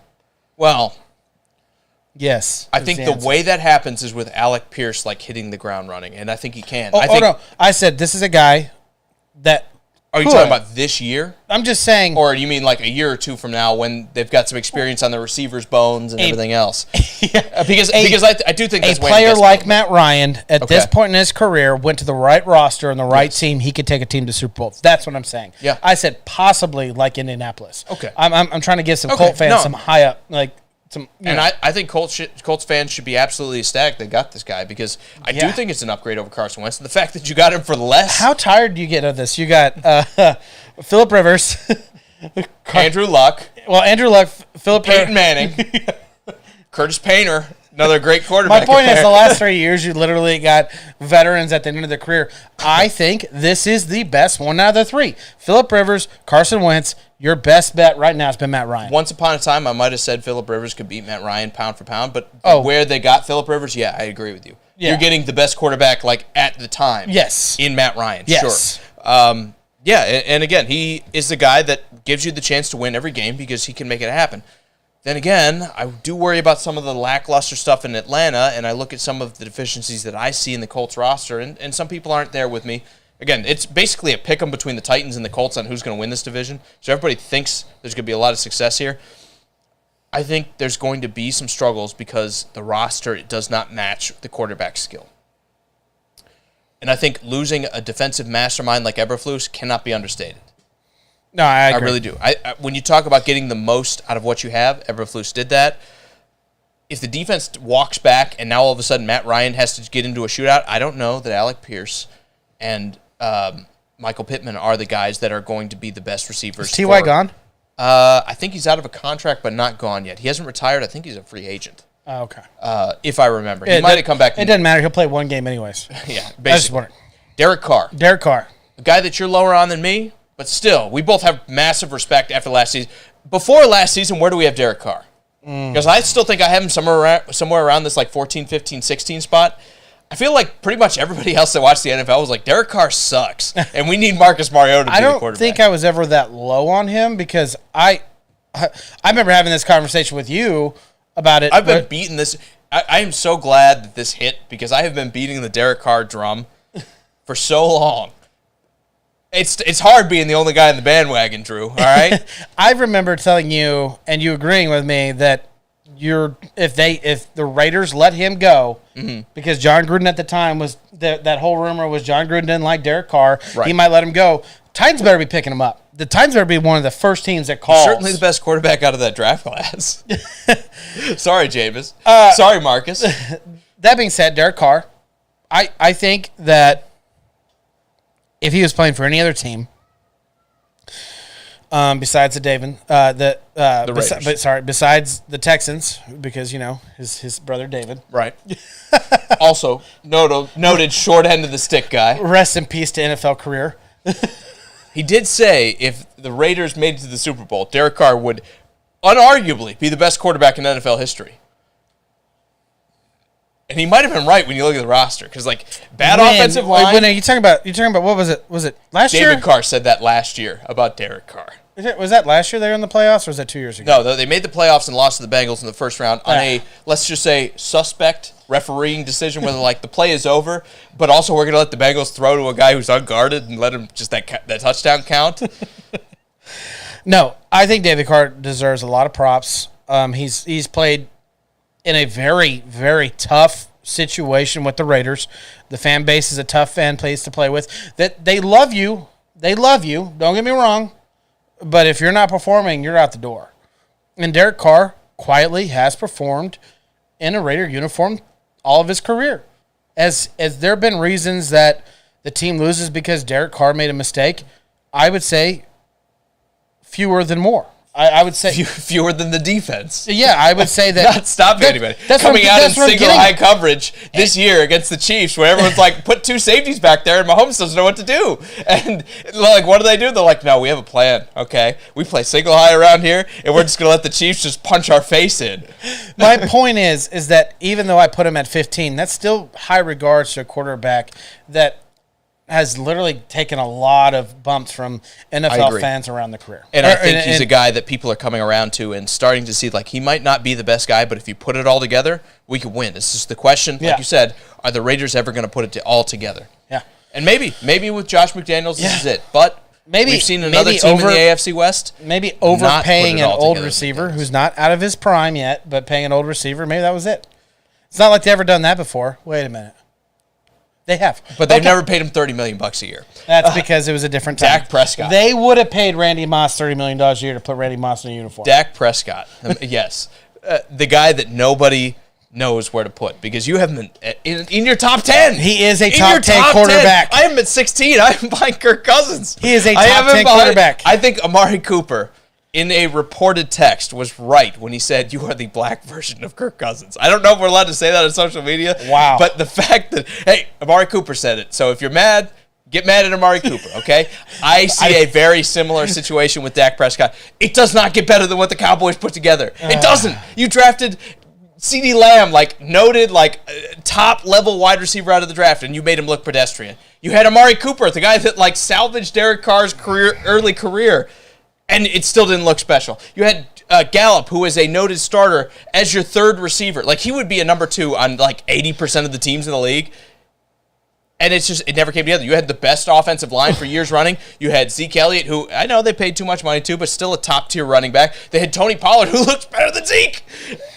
And, Drew, why are we not, challenging for Super Bowls? The defense all came together this year. And what happened when they got to the playoffs? They got there, and I know they had that last drive where they couldn't get the ball spotted, and they didn't know the rules, but that's my point. You had a chance to win a game, and Dak didn't know you had to let the ref spot the ball before you snapped it. You've been in the league how long? Okay. These aren't the mistakes you make when you're a veteran quarterback. I'm sorry. You act like he's been in the league forever. I mean, he's still... It's year, 6? No. 5? 6? He's already on the second contract. It's 6. It's 6. Anyway, I'll look it up. Go ahead. No, I did. Go ahead with your point. It's 45, almost 4,500 yards, 37 touchdowns, 10 interceptions. A quarterback ranking of 104. 2016. Last year was year 6. I said you were right. That's what I said. So, did you hear anything I just said to you? Almost 4,500 yards throwing the ball, 37 touchdowns, 10 interceptions, and a quarterback ranking over 104. Did you see him against Denver? I don't care. Did you see him against San Fran in the playoffs? Every quarterback. Did you see him with that roster? Did you see him before they traded for Amari Cooper? Every quarterback on this list, every single one of them, every single one of them have had a bad game or two in the playoffs. Okay. So, what do we want from our quarterback when we talk about a top-tier quarterback? What do you want? A guy that, when I put it all together, can win me a Super Bowl. And we put it all together in Dallas. But obviously, I don't see any more rings on our fingers. Obviously, you didn't put it all together in Dallas because they didn't go to the Super Bowl. Who was bad? It wasn't Dak. It kind of was. In the playoff game, they didn't do anything on offense. Was it Amari Cooper? Dude, this microphone's going to drive me nuts. Was it Amari Cooper? That disappointed? No. I mean, he's been good there. They've underutilized him. You could argue it's the offense, everything else. We're playing games at this point. We are playing games. Everything was together for the Cowboys. What do you improve on? They had a top 3 offensive line. They had a quality running back. They had an underrated backup running back. They had 3 receivers. They had a good defense for the first time in a long time. And what happened, Drew? You're not replacing the quarterback. That's why I have him 16th. Yeah, exactly. Because he's right above that line where you're I guess I got to keep him. And you act like that. Okay, hold on. They put it all together and they came up short. Dak Prescott is a top 10 quarterback. No. And the reason I will tell you that. He is not. The reason I'll tell you that is when you watch him get off the field and you watch anyone else go in there, Andy Dalton. Okay, if you talk about their undrafted 7th round pick that comes in. Andy Dalton was an undrafted 7th round pick. No, he wasn't. Andy Dalton was I said Andy Dalton wasn't. That's my point. Andy Dalton looked okay before everybody got hurt. The difference was when Andy Dalton was playing, the line Dak was all Prescott looked good even while everyone was getting hurt. Who was hurt in the playoffs? My point is Dak Prescott? They had Michael Parsons arguably the defensive player of the year as a rookie. You don't get that. They had DeMarcus Lawrence. They had Stephon Diggs stealing interceptions left, right, and center. 44 over 440. I don't care. I don't care. You're going to throw all these numbers at me. I do not care. That's the thing. 4,400 yards throwing the ball. Garbage time matters very little to me. 37 touchdowns. You can pad your stats all you want. 10 you can be interceptions. Russell Westbrook padding your stats. The fact of the matter is, eventually you got to 104 quarterback ranking. Yeah, I don't care. All of that. I don't care, because you have to add context to the numbers to make them mean something. And what it is we had a one-and-done run in the playoffs, and we didn't even get the first seed. I will literally look at Derek Carr and Matt Ryan and Kirk Cousins' stats. I don't care. And I guarantee you none of them Matt Ryan are like last year. Let's talk about what was wrong with that roster. Calvin Ridley had mental health problems and wasn't playing. His offensive line sucked butt. Like, Drew, everybody stunk on that team. Well, Frank's with you. And they won 7 games. Frank's with you. Because he says 13's too high for Dak. Frank, you're crazy. 16. Watch that man 16. play ball. Amari Cooper hit the nail on the head. It doesn't matter how good things get. You are the black version of Kirk Cousins. Oh, my gosh. You guys are crazy. I don't know if that's politically correct to say, but I'm going to say it because it's not my words. Crazy. Amari Cooper hit the nail on the head. And guess what? He's going to go to Cleveland. He's going to be in a better situation with a guy who somehow magically is only one spot ahead of Dak Prescott. What? One spot ahead of Dak Prescott is Deshaun Watson. I know Houston was bad, but it's like the reverse of that situation. You could say, like, Dallas did everything to make Dak a better quarterback. Houston did everything to make Deshaun Watson worse. And before, we don't know what he's going to have. Problems with the law. We don't know what he's going to have. All this stuff that's going off the field is an issue with Deshaun Watson. Because quarterback position in the NFL is definitely a mind game. If you cannot keep your mind clear and play the game and pick apart these defenses, it is going to be an issue for the quarterback. Deshaun Watson is 1 year removed from even playing a game. Was he great 2 years ago? Yeah, he was. And he played with a... And they won 5 games. So I'll give you that. He was great, but they also won like 5 games. Right. Yeah, so you're not wrong. We are literally based out the fact that he can keep all the mental stuff out of his head and he can go out there and take a way better roster when he can play into the playoffs. Exactly. The major thing is you're not playing in Houston with that. We traded DeAndre Hopkins for like a washed-up running back and a third-round pick. No, we gave up the second-round pick, if I remember right. I think that's how that went. It was so bad. Moral of the story is... man. Yeah, Cardinals should be high-fiving themselves still today for that. Exactly. You may not like Steve Wilkes. That was the play that, like, okay, we can give you another 15 years in the job. even though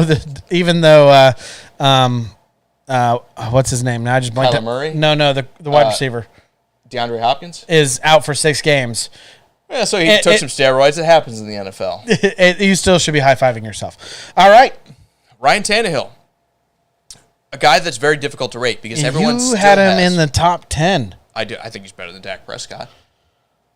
I think Ryan Tannehill would have liked to be throwing to Amari Cooper. What are you talking about? You had Michael Julio Gallup. Jones, A.J. Brown. He had Julio for like 6 games. He had A.J. for like 12 or 11. How about all those tight ends you always try to talk up every year? Jeff Swaim. Okay, all right. That was a low blow. First off, Anthony Ferguson should have had a much better year than he wound up having, and there's a reason he's not in Tennessee anymore. That was a low because blow. They booted it. It was a low blow. All right, you know what? You take my fantasy advice, you get what you pay for. Okay, nothing. I didn't take him. I didn't take your advice. I was like, I'm not getting that guy. If you look at him last year, I did pick up A.J. Brown though. That worked out when he played. Yeah. What was that last 3 words you said? When he played. When that was like the story of the Titans season. It was. When he played. It was. No. Let's not pretend like he wasn't throwing to Nick Westbrook-Akina. And if you've never heard of Nick Westbrook-Akina, I wouldn't blame you because he's like a replacement level wide receiver that probably shouldn't be on the roster. He was throwing to Cody Ferguson. Do you know who Cody Ferguson is, Drew? Yeah. I don't because I've never heard of this man before in my life. And yet somehow he was starting multiple games for the Titans at wide receiver. This was I can't talk. Conundrum. Yes, that's the word I'm looking for. When I was sitting here putting these rankings together, because I was like, oh, Ryan Tannehill is a top 10 cornerback, but I've been fighting the Dak Prescott train forever. I was like, I can't do it. I was like, he had a bottom 5 pass blocking offensive line. Like, he snaps the ball, and there's a defensive end, like, breathing down his neck. Like, what you got there in your hands, Ryan? Ryan Tannehill deserves a lot more credit than what he's got locally. I think nationally, Ryan Tannehill's a lot more considered a better quarterback than what they are. Oh, I disagree. I think it's the opposite. I think I think locally people are sleeping on him and they're talking about replacing him. But nationally, I don't think people know who starts for the Titans. I don't think people know the Titans are an NFL team. Is that Alabama? Yeah, exactly. Is the Titans at Alabama? He's still at A&M in everyone's mind. And I get it. It's hard to get over that like perception we get of guys when they play 5 or 6 years and they stink. Yeah. Right? Like we said that about Sam Darnold forever. We said that about he didn't stunk. stink. No. He took that team to playoffs. One time, but he wasn't there. If you yes, remember. he did. Well, he wasn't there for that game. I know. For that game, but and Matt Moore went out there and you're like, oh yeah, the Dolphins stink. I forgot about that. Ryan Tannehill, great quarterback. Not an elite quarterback. Which is crazy for a guy who won the AFC. When you talk about guys that are further up on this list. Yeah. A lot further up on this list. Well, let's see what that list looks like. Beat out. All right, let's go and take. Fill up that beer, guys. We're going into the top 10. I bet you they're probably getting pretty tired of it, but I don't care. We're not tired of it. The tech guys spend a lot of time working on this. We are not tired of it. Kyler Murray. 12, Drew? Yeah. Do you regret it a little bit thinking about it now? Or do you feel like that's right? I'm like, ooh, a 10 is what I was thinking. Yeah. Yeah, the issue here is you are not on the field. You are not a value to your team. Okay. I didn't see that. And to Tannehill's point, he was like the only guy who played like every game last year. Year one of Kyler Murray was definitely an exciting year for Cardinal fans, watching a young man like that play and put something on the field that the Cardinals have never seen. Because I'm racking my brain here. Kurt Warner. No. That's at not least what I'm not getting the at. athleticism, but still, that's what I'm talking about. That's what I'm talking about. You've never seen a quarterback play like that in your uniform. Okay. Jake Plummer would be the last one I thought of. No. Jake Plummer. Jake Plummer did not move like that. Jake Plummer. Jake Plummer went to the Super Bowl, but he didn't move like that. Jake Plummer was a scrambling quarterback, but it was not like this. It wasn't like this. It was not like this. Even putting him at 12 is not a bash on him. Because when he's not on the field, that team stinks. I don't care what the roster is. That team is not good. When he's healthy, Cardinals are. Can I compare the two though? Like Cardinals are scary when he's healthy. You would take Lamar over Kyler Murray by your rankings, though. Yes. See, here's why I wouldn't. I feel like Kyler Murray takes that athleticism and takes that just whatever that je ne sais quoi, whatever you want to call it, like the ability to get away from guys in the backfield. He takes that Lamar Jackson also has, and I know he kind of exemplifies that down the field when he's running the football, everything else, whatever. But you take that and you take Kyler Murray's throwing ability and compare it against Lamar Jackson. The reason I have him higher is because he kind of combines the best of both worlds, where Kyler Murray throws a really nice football.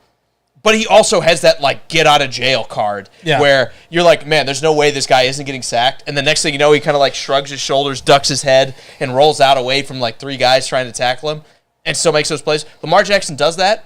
But then sometimes you watch him throw the ball, and you're like, why did that like miss by 5 yards? So I know everyone's going to sit there and go, well, Lamar Jackson missed time last year too. Either that or Mark Andrews has to like go way upstairs into the attic and like catches it, and you're just like, oh, that's just Mark Andrews being a good tight end.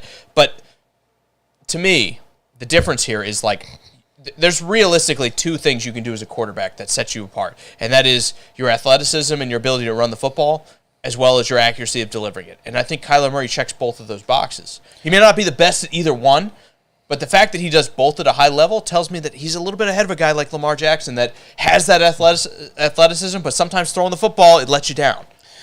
I'm sorry, man. I disagree. And the reason I disagree, and I know, again, everyone's going to say Lamar Jackson missed time last year, so, Andrew, your theory of Kyler is not reasonable. But look at the difference. Look at the difference of the receiving core around both of them. Mm-hmm. Yes, Mark Andrews is a stud. But Lamar Jackson made the best out of his receiving core, and Kyler Murray did, but with a greater. The floor was higher. The floor was higher. Yes, okay. Correct. All right. But I'm not disagreeing with that. Lamar Jackson, though, when he touches that ball, at any point in time, if it's throwing or running the ball, he is the best player on the field. And Kyler is? No. Okay. He's not. See, that's what I wanted. I wanted that hot take out of you. Yeah, I do not think that. I think that, unless I think weeks 1 through 10 he is. maybe like 11 unless you're playing like Aaron Darnold and he's on the other side of the field, you're not the best player on the field. But I'll throw my own defense out there. If Lamar Jackson is on the field and he has the ball and he's playing against Kansas City, he is the best player on the field. If Kyler Murray... If not for Chris Jones, I would have hit you with that sarcastic, you're setting a really high bar there, Drew. But Chris Jones is very good. But if I sit there and say Kyler Murray is the best player on the field when he's playing against Kansas City, On the field, I don't know if Tyrone Matthew at the time, Chris Jones. I don't know if I could sit there. I don't know if I can sit there and say Kyler Murray. Maybe Chris Jones, but I think Kyler Murray does have it. And again, it comes down to what can he do? He can throw, he can run, he can do everything you want to do. It's just but Lamar Jackson is a lot more elite at doing those things. Maybe not throwing the ball accurately. Sure, but throwing, I would say he's a lot closer to average. I think you'd be pointing him out with like guys like Baker Mayfield and Carson Wentz when you talk about that kind of level of their game, or lower even than those guys. But he has the athleticism that, like you said, he's elite at, and there's something to be said about being special at anything in the game. You don't always have to be the best player all across the board. Sometimes you just have to be special at one thing, and you can be that freak that just beats everybody, and that's what I think Lamar has. But I think Kyler has that freak when it comes to running the football, when it comes to breaking tackles and making things happen, and also has like a very high bar when it comes to throwing as well. So, Rob, good to see you, man. We're glad to be back. Joe Burrow. I think a lot of people might be calling us crazy. 7. We said 7, but the way it fell, he hit on 8 on the 7 for each of us. Yeah, in the show's ranking. Took a team to the Super Bowl, man. Maybe next year we're eating our words a little bit, but again, it comes I don't know, because his line stunk. I'll say it. And how many excuses have I made for guys with bad offensive lines? And his line stunk. I'll say it. Go ahead. The Bengals, and I don't want to take anything away from them, got super hot and super lucky at the most absolute perfect time. They beat both of our teams. Of course they got lucky. Which, and you can sit there and say that, but you look at what the Titans and Chiefs did last year, yeah. I mean, the Titans only sacked him 11 unofficial times. Where exactly. They had to, the refs were like, hold on now. Let's That's throw my a point. flag here. Yeah. Rob says, go Lions. That's my point. I don't want to take anything away from Joe Burrow. Putting him in the top 10 at this early in his career is only giving him the props he deserves. I think the special is there, right? Yeah, he's man, his attitude, his want to win is so exciting. And I think you take that and couple it with, year one, he got hurt, he tore his ACL, but before that, the team wasn't very good. The team fixed the receiver position, right? And you could say, did they fix it? I mean, it doesn't come any better than hitting that home run with Jamar Chase that they did. And T. Higgins, T. Higgins is just good. The fact that he slipped to the second round, I mean, I know. They were like, well, he doesn't run 4.2. Well, he's like 6'6". I don't care. It doesn't matter. I don't care. He literally catches anything he runs you throw at him. 4.4, and he's 6'6". So he catches anything around him. So the guy that's going to keep up with him is going to be 4 inches shorter than him. His catch radius is to his toes and 3 feet above him. Throw him the ball. Anyways. They fixed the receiver last year. This year they're fixing the offensive line. Not so quietly. I just want to put my point out here. Paying all kinds of money to guys. I'm not saying Joe Burrow shouldn't be higher. What I'm saying is let's give him another year and see if he can do it again. And the only reason he didn't beat out Matt Stafford at number 7, I should say, on our group board, right. our show's board, is because I had put Matt Stafford ahead of him, and I do think it exists. Because I think when Matt Stafford is in rhythm, you look at all the sucky years in Detroit where they didn't do a whole lot for him, but it didn't matter. He got better when Calvin Johnson retired. If Derek Carr didn't sign a contract and he left to go to a team like the Rams, we'd be talking about him being at number 7. In the same way. Yeah, I think so. Close. I'm just throwing that out there. I think Matt Stafford has a little bit higher highs than someone like Derek Carr has. Absolutely. And he has lower lows. I think one thing people underestimate is Matt Stafford has a lot of that Brett Favre, I'm going to throw 2 of the worst picks you've seen in your life in this game, but then I'm going to throw that touchdown at the end that makes up for it, and it doesn't matter. You can literally watch the Rams games last year, and you can go, that game fell on Matt Stafford for not playing well. Mm-hmm. And then you can still watch the other games that's the only reason they won is because Stafford ain't winning that. Yeah, because Stafford did that. Stafford's a good quarterback. We said it. We're going to keep on preaching our own words here. We called it a long time ago. We said if Matthew Stafford was on any other team in the NFL, you'd probably be talking about a Super Bowl appearance, and he did it and won. In 1 year. And again, if you're Detroit fans, I don't know how you don't sit there and look at it we're never going to figure this out, because this guy left for 1 year and won a Super Bowl. Now, I know the Rams are a good team, but they weren't the best. They were the 4th seed. Yeah, it doesn't matter. They were the 4th seed in the NFC, and they still won with it. Yeah, it doesn't matter. It's a great team, but it doesn't matter. Russell Wilson. I had him higher. Another guy that, kind of like Kyler Murray, I think there is a built-in limitation to his game because of his size. And now the fact that he's getting older and he's starting to lose a little bit of the athleticism, it's only going to go, it's all downhill once you hit 33, 34. right? Yeah. Speaking from experience? I don't know. You tell me. I'm the young one here. Yeah, if he didn't get literally the poop kicked out of him in Seattle these last few years, I think Russell Wilson would be still a top 5 quarterback. And I have him at number 5. It's how much does he have left? So right now, if you're telling me a quarterback 2 years ago, and I'd sit there and tell you he's the best quarterback in the league, 2 years ago, I would have said that. Yeah. I did say that. 2 years removed into a different roster where they have definitely done a lot more for their quarterbacks before him that has somewhat of a offensive line. Maybe top 10. You know maybe? what fixed their offensive line? And this isn't talked about enough. Hiring Mike Munchak, former... I know he's on the Titans, and everyone's going to say, I'm talking about the Titans. Former Titans offensive line coach. No, that's your guy. I think we underestimate how much offensive line coaches help He'll be a Hall of Famer. He might already be as a player. I don't recall. But he might be as a coach. He never will be as a coach because he's an offensive line coach. And you want to make a bet?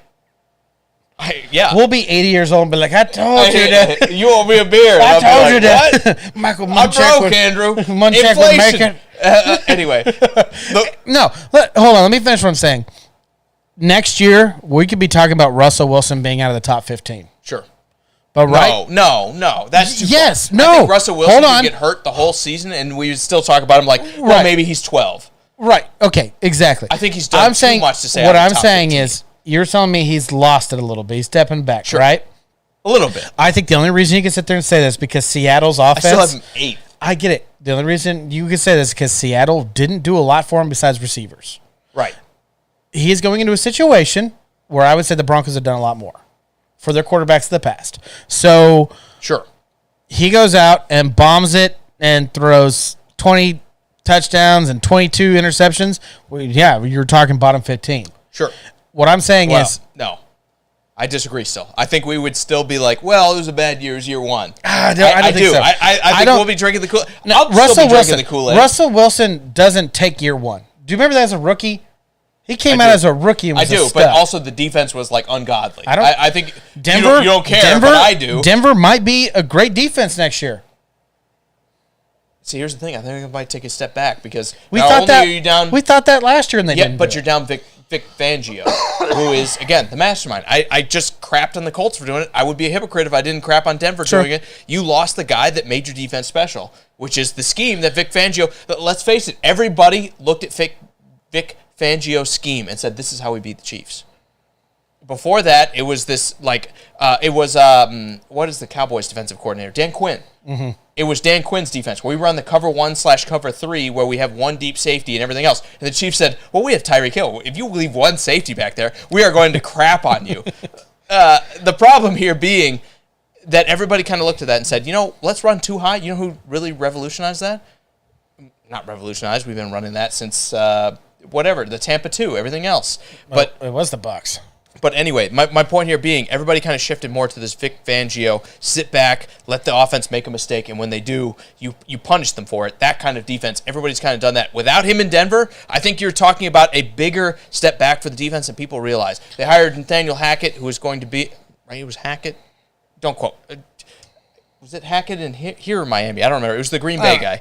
The moral of the story is they hired an offensive coach to replace a defensive guy. I think the defense is going to be more susceptible than what people are saying this year. And if they take a step back, and now all of a sudden it's on Russell Wilson all over again, and their offensive line is good, but not necessarily the best because they don't have the talent. They have the coaching. They don't have the talent.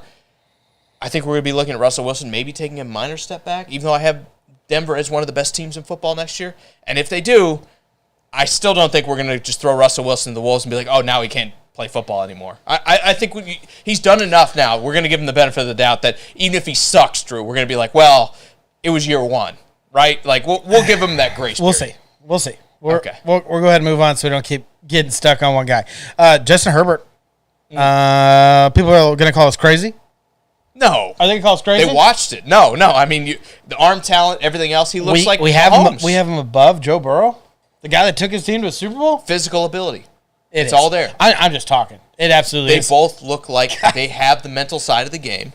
But when you look at the two guys, when you look at the running ability, Justin Herbert ticks that box. When you look at the ability to yeet the ball 60 yards down the field, Justin Herbert ticks that box. And Joe Burrow does have a little bit less of an arm. And if it wasn't for Mahomes, he'd be the best quarterback in this division. if Mahomes never existed, let's say that we're in that universe where Mahomes was never born, whatever. Yeah. We'd be talking about, like, this is the generational prospect. But I think we've seen it a little bit before. Yeah. With Mahomes, where we're now all of a, and Josh Allen.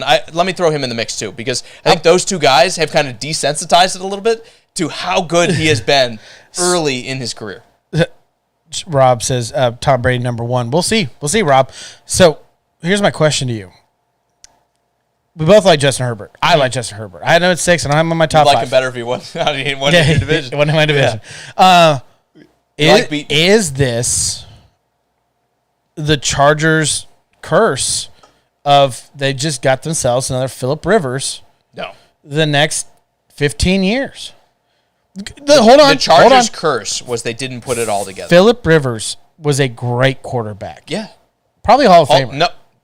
Take the probably out of your mouth. Phillip Rivers was a Hall of Famer when you look at what they gave his man. Take the probably out of your mouth. He is a Hall of Famer, period. When you look at what he did with what they gave him, he's a Hall of Famer. Because forever his line stunk. Yes.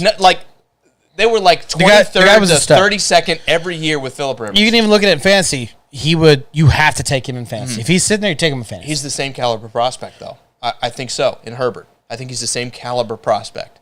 My question to you is, does the Charger curse stick with Justin Herbert? Is it never enough? Only if they decide to go for every 4th down under the sun this year. Because we would have done this show 10 years ago. We would have put a list together. Mm-hmm. We'd probably have Phillip Rivers sitting about this spot. Yeah, and are they going to win a Super Bowl with Justin Herbert is what you're really asking me. Well, they're certainly going for it. Like, bringing Khalil Mack to play across from Joey Bosa is like the move I would make if I was trying to win a Super Bowl. Especially win the division. Even at 31, I don't care. Yeah, I don't care either. Exactly. And they brought in some mid-grade defensive tackles. I give them some credit. Because what they did, they looked at it last year and they said, we can't stop the run up the middle because our linebackers stink and our defensive tackles are worse somehow. Yeah. And teams are running for like 6.5 yards a carry on us. So what did they do? They brought in Sebastian Day. They brought in 2 or 3 more defensive tackles who aren't premier names, and they're so good that I can't remember them. It doesn't matter. That's how you fix it. But they brought in 3 guys that are average at the spot. And if you get back towards the average... That's how you fix it. You push average players to perform higher than the next guy next to you. And you have the elite guys with there to complement. Absolutely. And that's what the Chargers have done. So you're saying, what did the Chargers not do with Phillip Rivers? That specifically. They said we're bad in the offensive line. Last year, they paid all the offensive linemen to fix it. They drafted Rashawn Slater high. I don't have enough of the Chargers, information stored in my brain to sit there and argue that, but we'll see what happens. They're rolling the dice, where in years past they said we have Phillip Rivers, we're fine. I disagree with that. But that's okay. Let's move on. Okay. Let's move on. All right, the last one, and you got to sit through the transition here. That again, tech guys, they're thanking you. We love it. We love that because they spent so much time on that. Josh Allen, interesting case, very interesting case because he is a guy that 13 weeks out of the year, Drew, he's in this spot. And then 3 weeks out of the year, you're like, this guy is so bad that, against Jacksonville, we lost, and we lost the first spot in the AFC because Josh Allen was bad. And I think the most underrated thing about Josh Allen's game, and far be it from me to go towards the negative, but the most underrated part of Josh Allen's game is he makes too many mistakes still when you talk about interceptions that aren't punished, where he throws it into the linebacker's chest and then the guy drops it.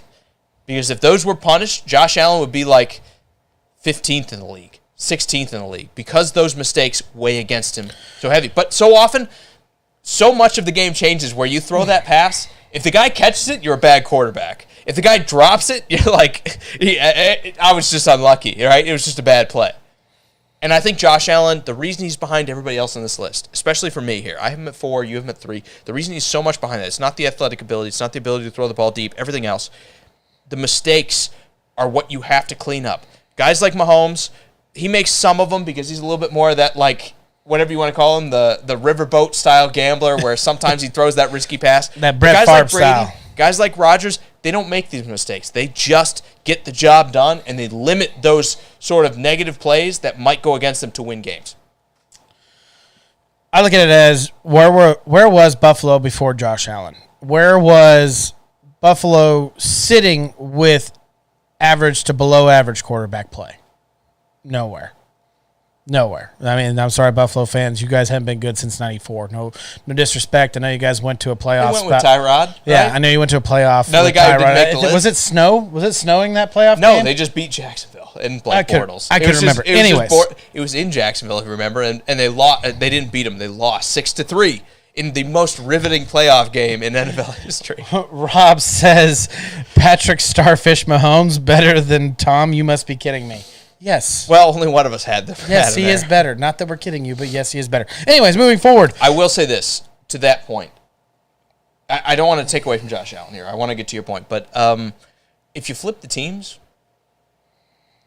Patrick Mahomes is doing a lot more with Tampa Bay than Tom Brady's doing with Kansas City with that roster. Yeah. So yeah.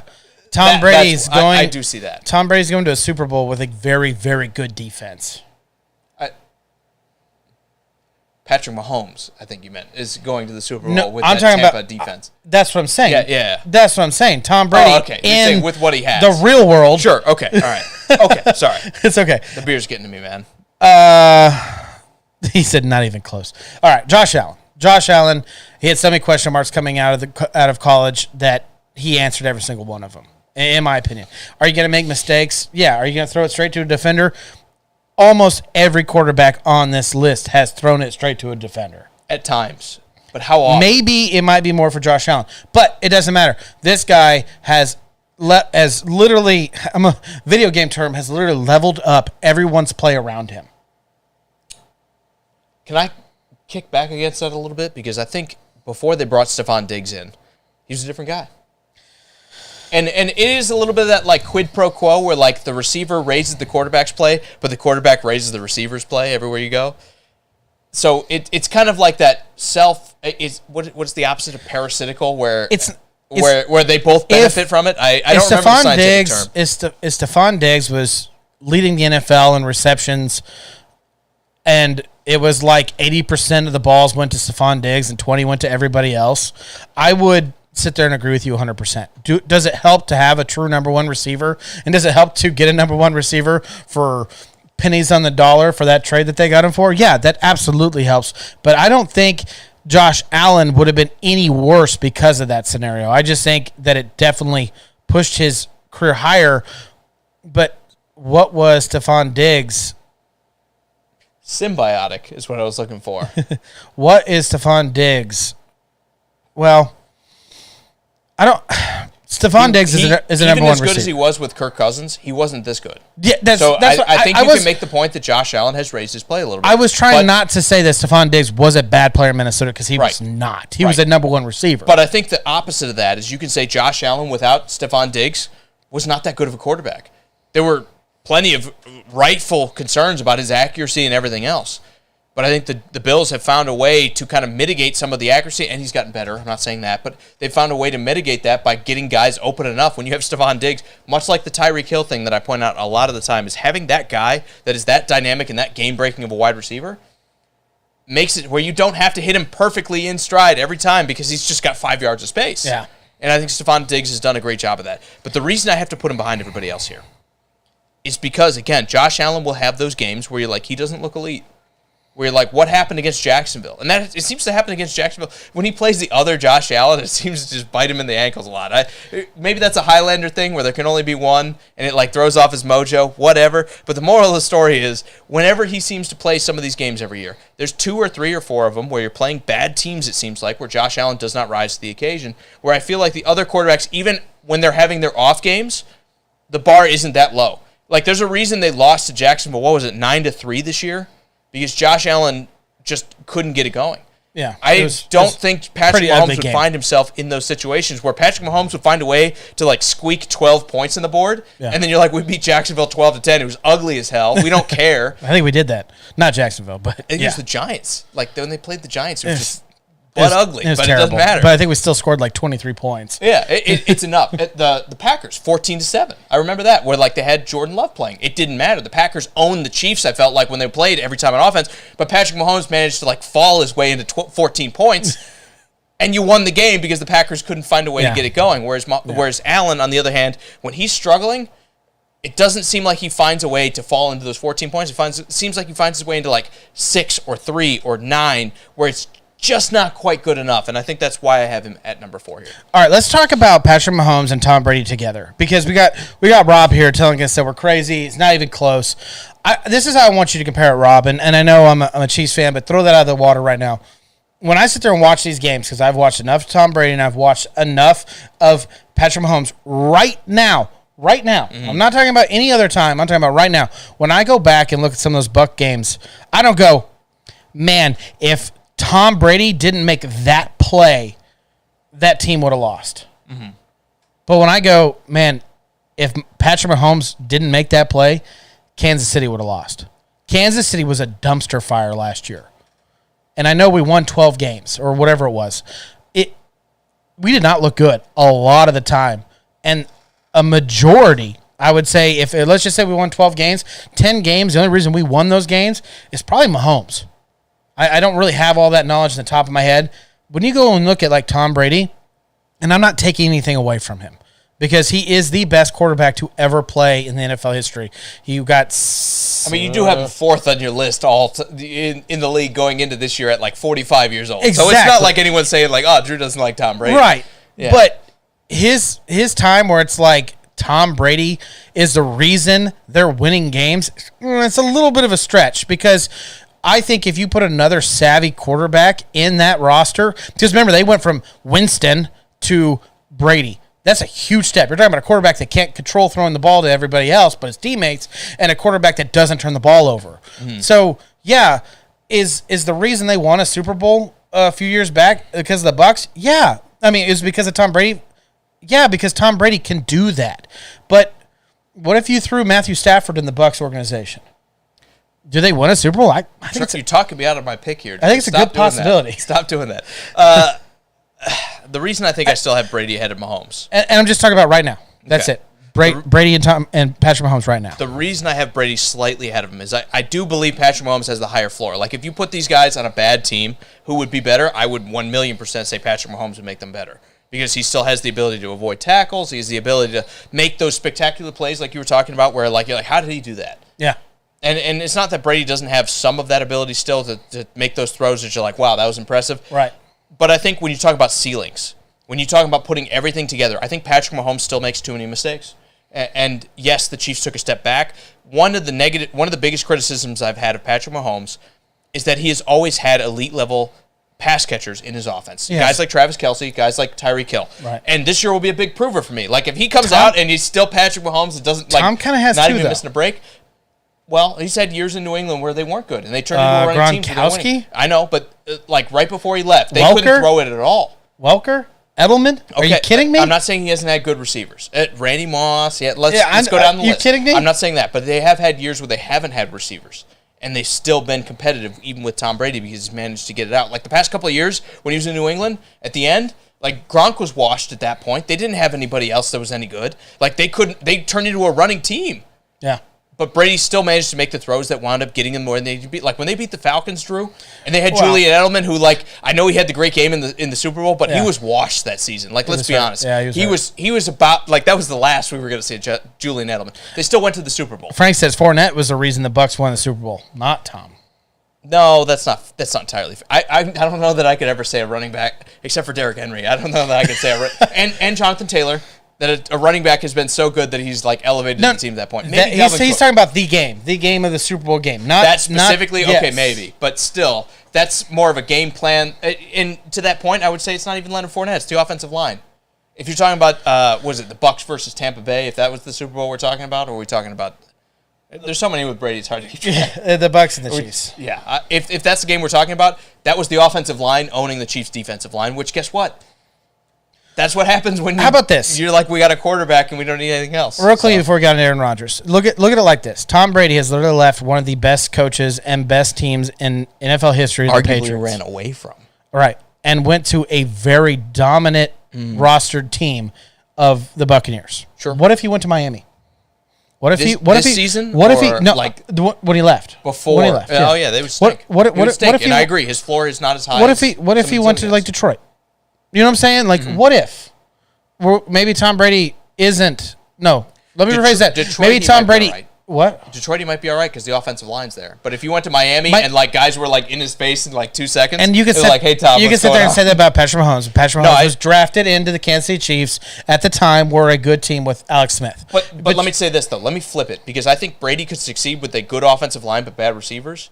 I think Mahomes would be much better to succeed with like good wide receivers but a bad offensive line, and we've seen him in those situations. Yes, I think the two guys are just kind of like diametrically opposed. Where Brady, it's like if you protect Brady, I don't care who's catching the ball, he'll find a way to get it done. You're gonna get the ball. Whereas Mahomes, I think it might be the opposite. Where it's like if you have those guys who are gonna get open, like he'll dodge the traffic, he'll like juke whoever he needs to juke, and he'll find a way to make that play happen. Right, and that's where I see them. And maybe I'm giving the slight edge to Brady here.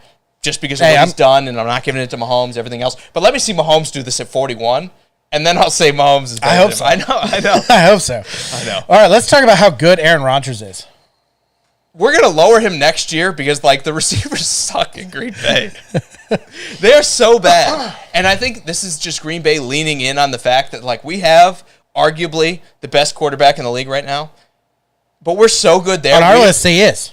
Yeah, we both did, right? We both agreed. He's both sitting there at number 1, as you can see, with both of those beautiful severed heads sitting above their rankings. This is the year where if Rodgers can do exactly what he's been doing year in and year out without Adams, he's the guy. He is the best quarterback in the league. Yeah. I think it is a very, very hard ask of him to do and repeat what he's been doing without Adams. Yeah, and when Sammy Watkins is bad and Christian Watkins is out of NDSU is dropping passes left, right, and center.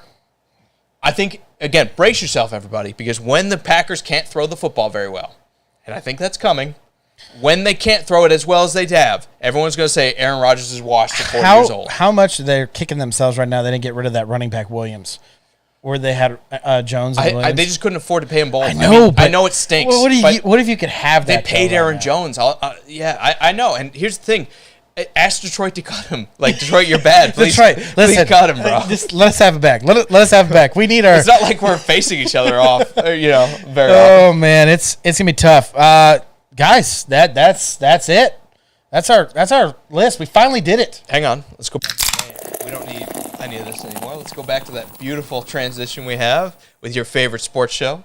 Now that we're big and impressive, guys, thank you so much for commenting. Yes. Thank you so much for hanging with us. I know this is a long show, and we said it was going to be a short show. And we're crazy to everything that. Frank, Ken, Michael, Rob, thank you guys so much for all your comments, likes, and shares. And guys, anyone that watched the show that didn't comment, hey, feel free to always reach out to us when we're doing our live show. We'd love to talk to you, football with you. We appreciate you listening through our list. You guys think we're different? Comment after we're done being live. We'll reach out to you and tell you you're crazy or tell you, hey, you're spot on. Absolutely. It was a lot of fun. We ranked each and every one of these quarterbacks. We'll be back next week to talk about something else, probably football related. More than likely. We talk anything else, and everyone's like, there's only one sport. But still, guys, thank you so much for sticking with us. It's been so much fun, and we will be back next Tuesday, same time, 5:30 Eastern, 4:30 Central. I'm Jake. This is Drew. And until next time, guys, I was supposed to say see you next time. Whatever. I felt like you had a cool little saying right there. Mine's all see ya. Swinging.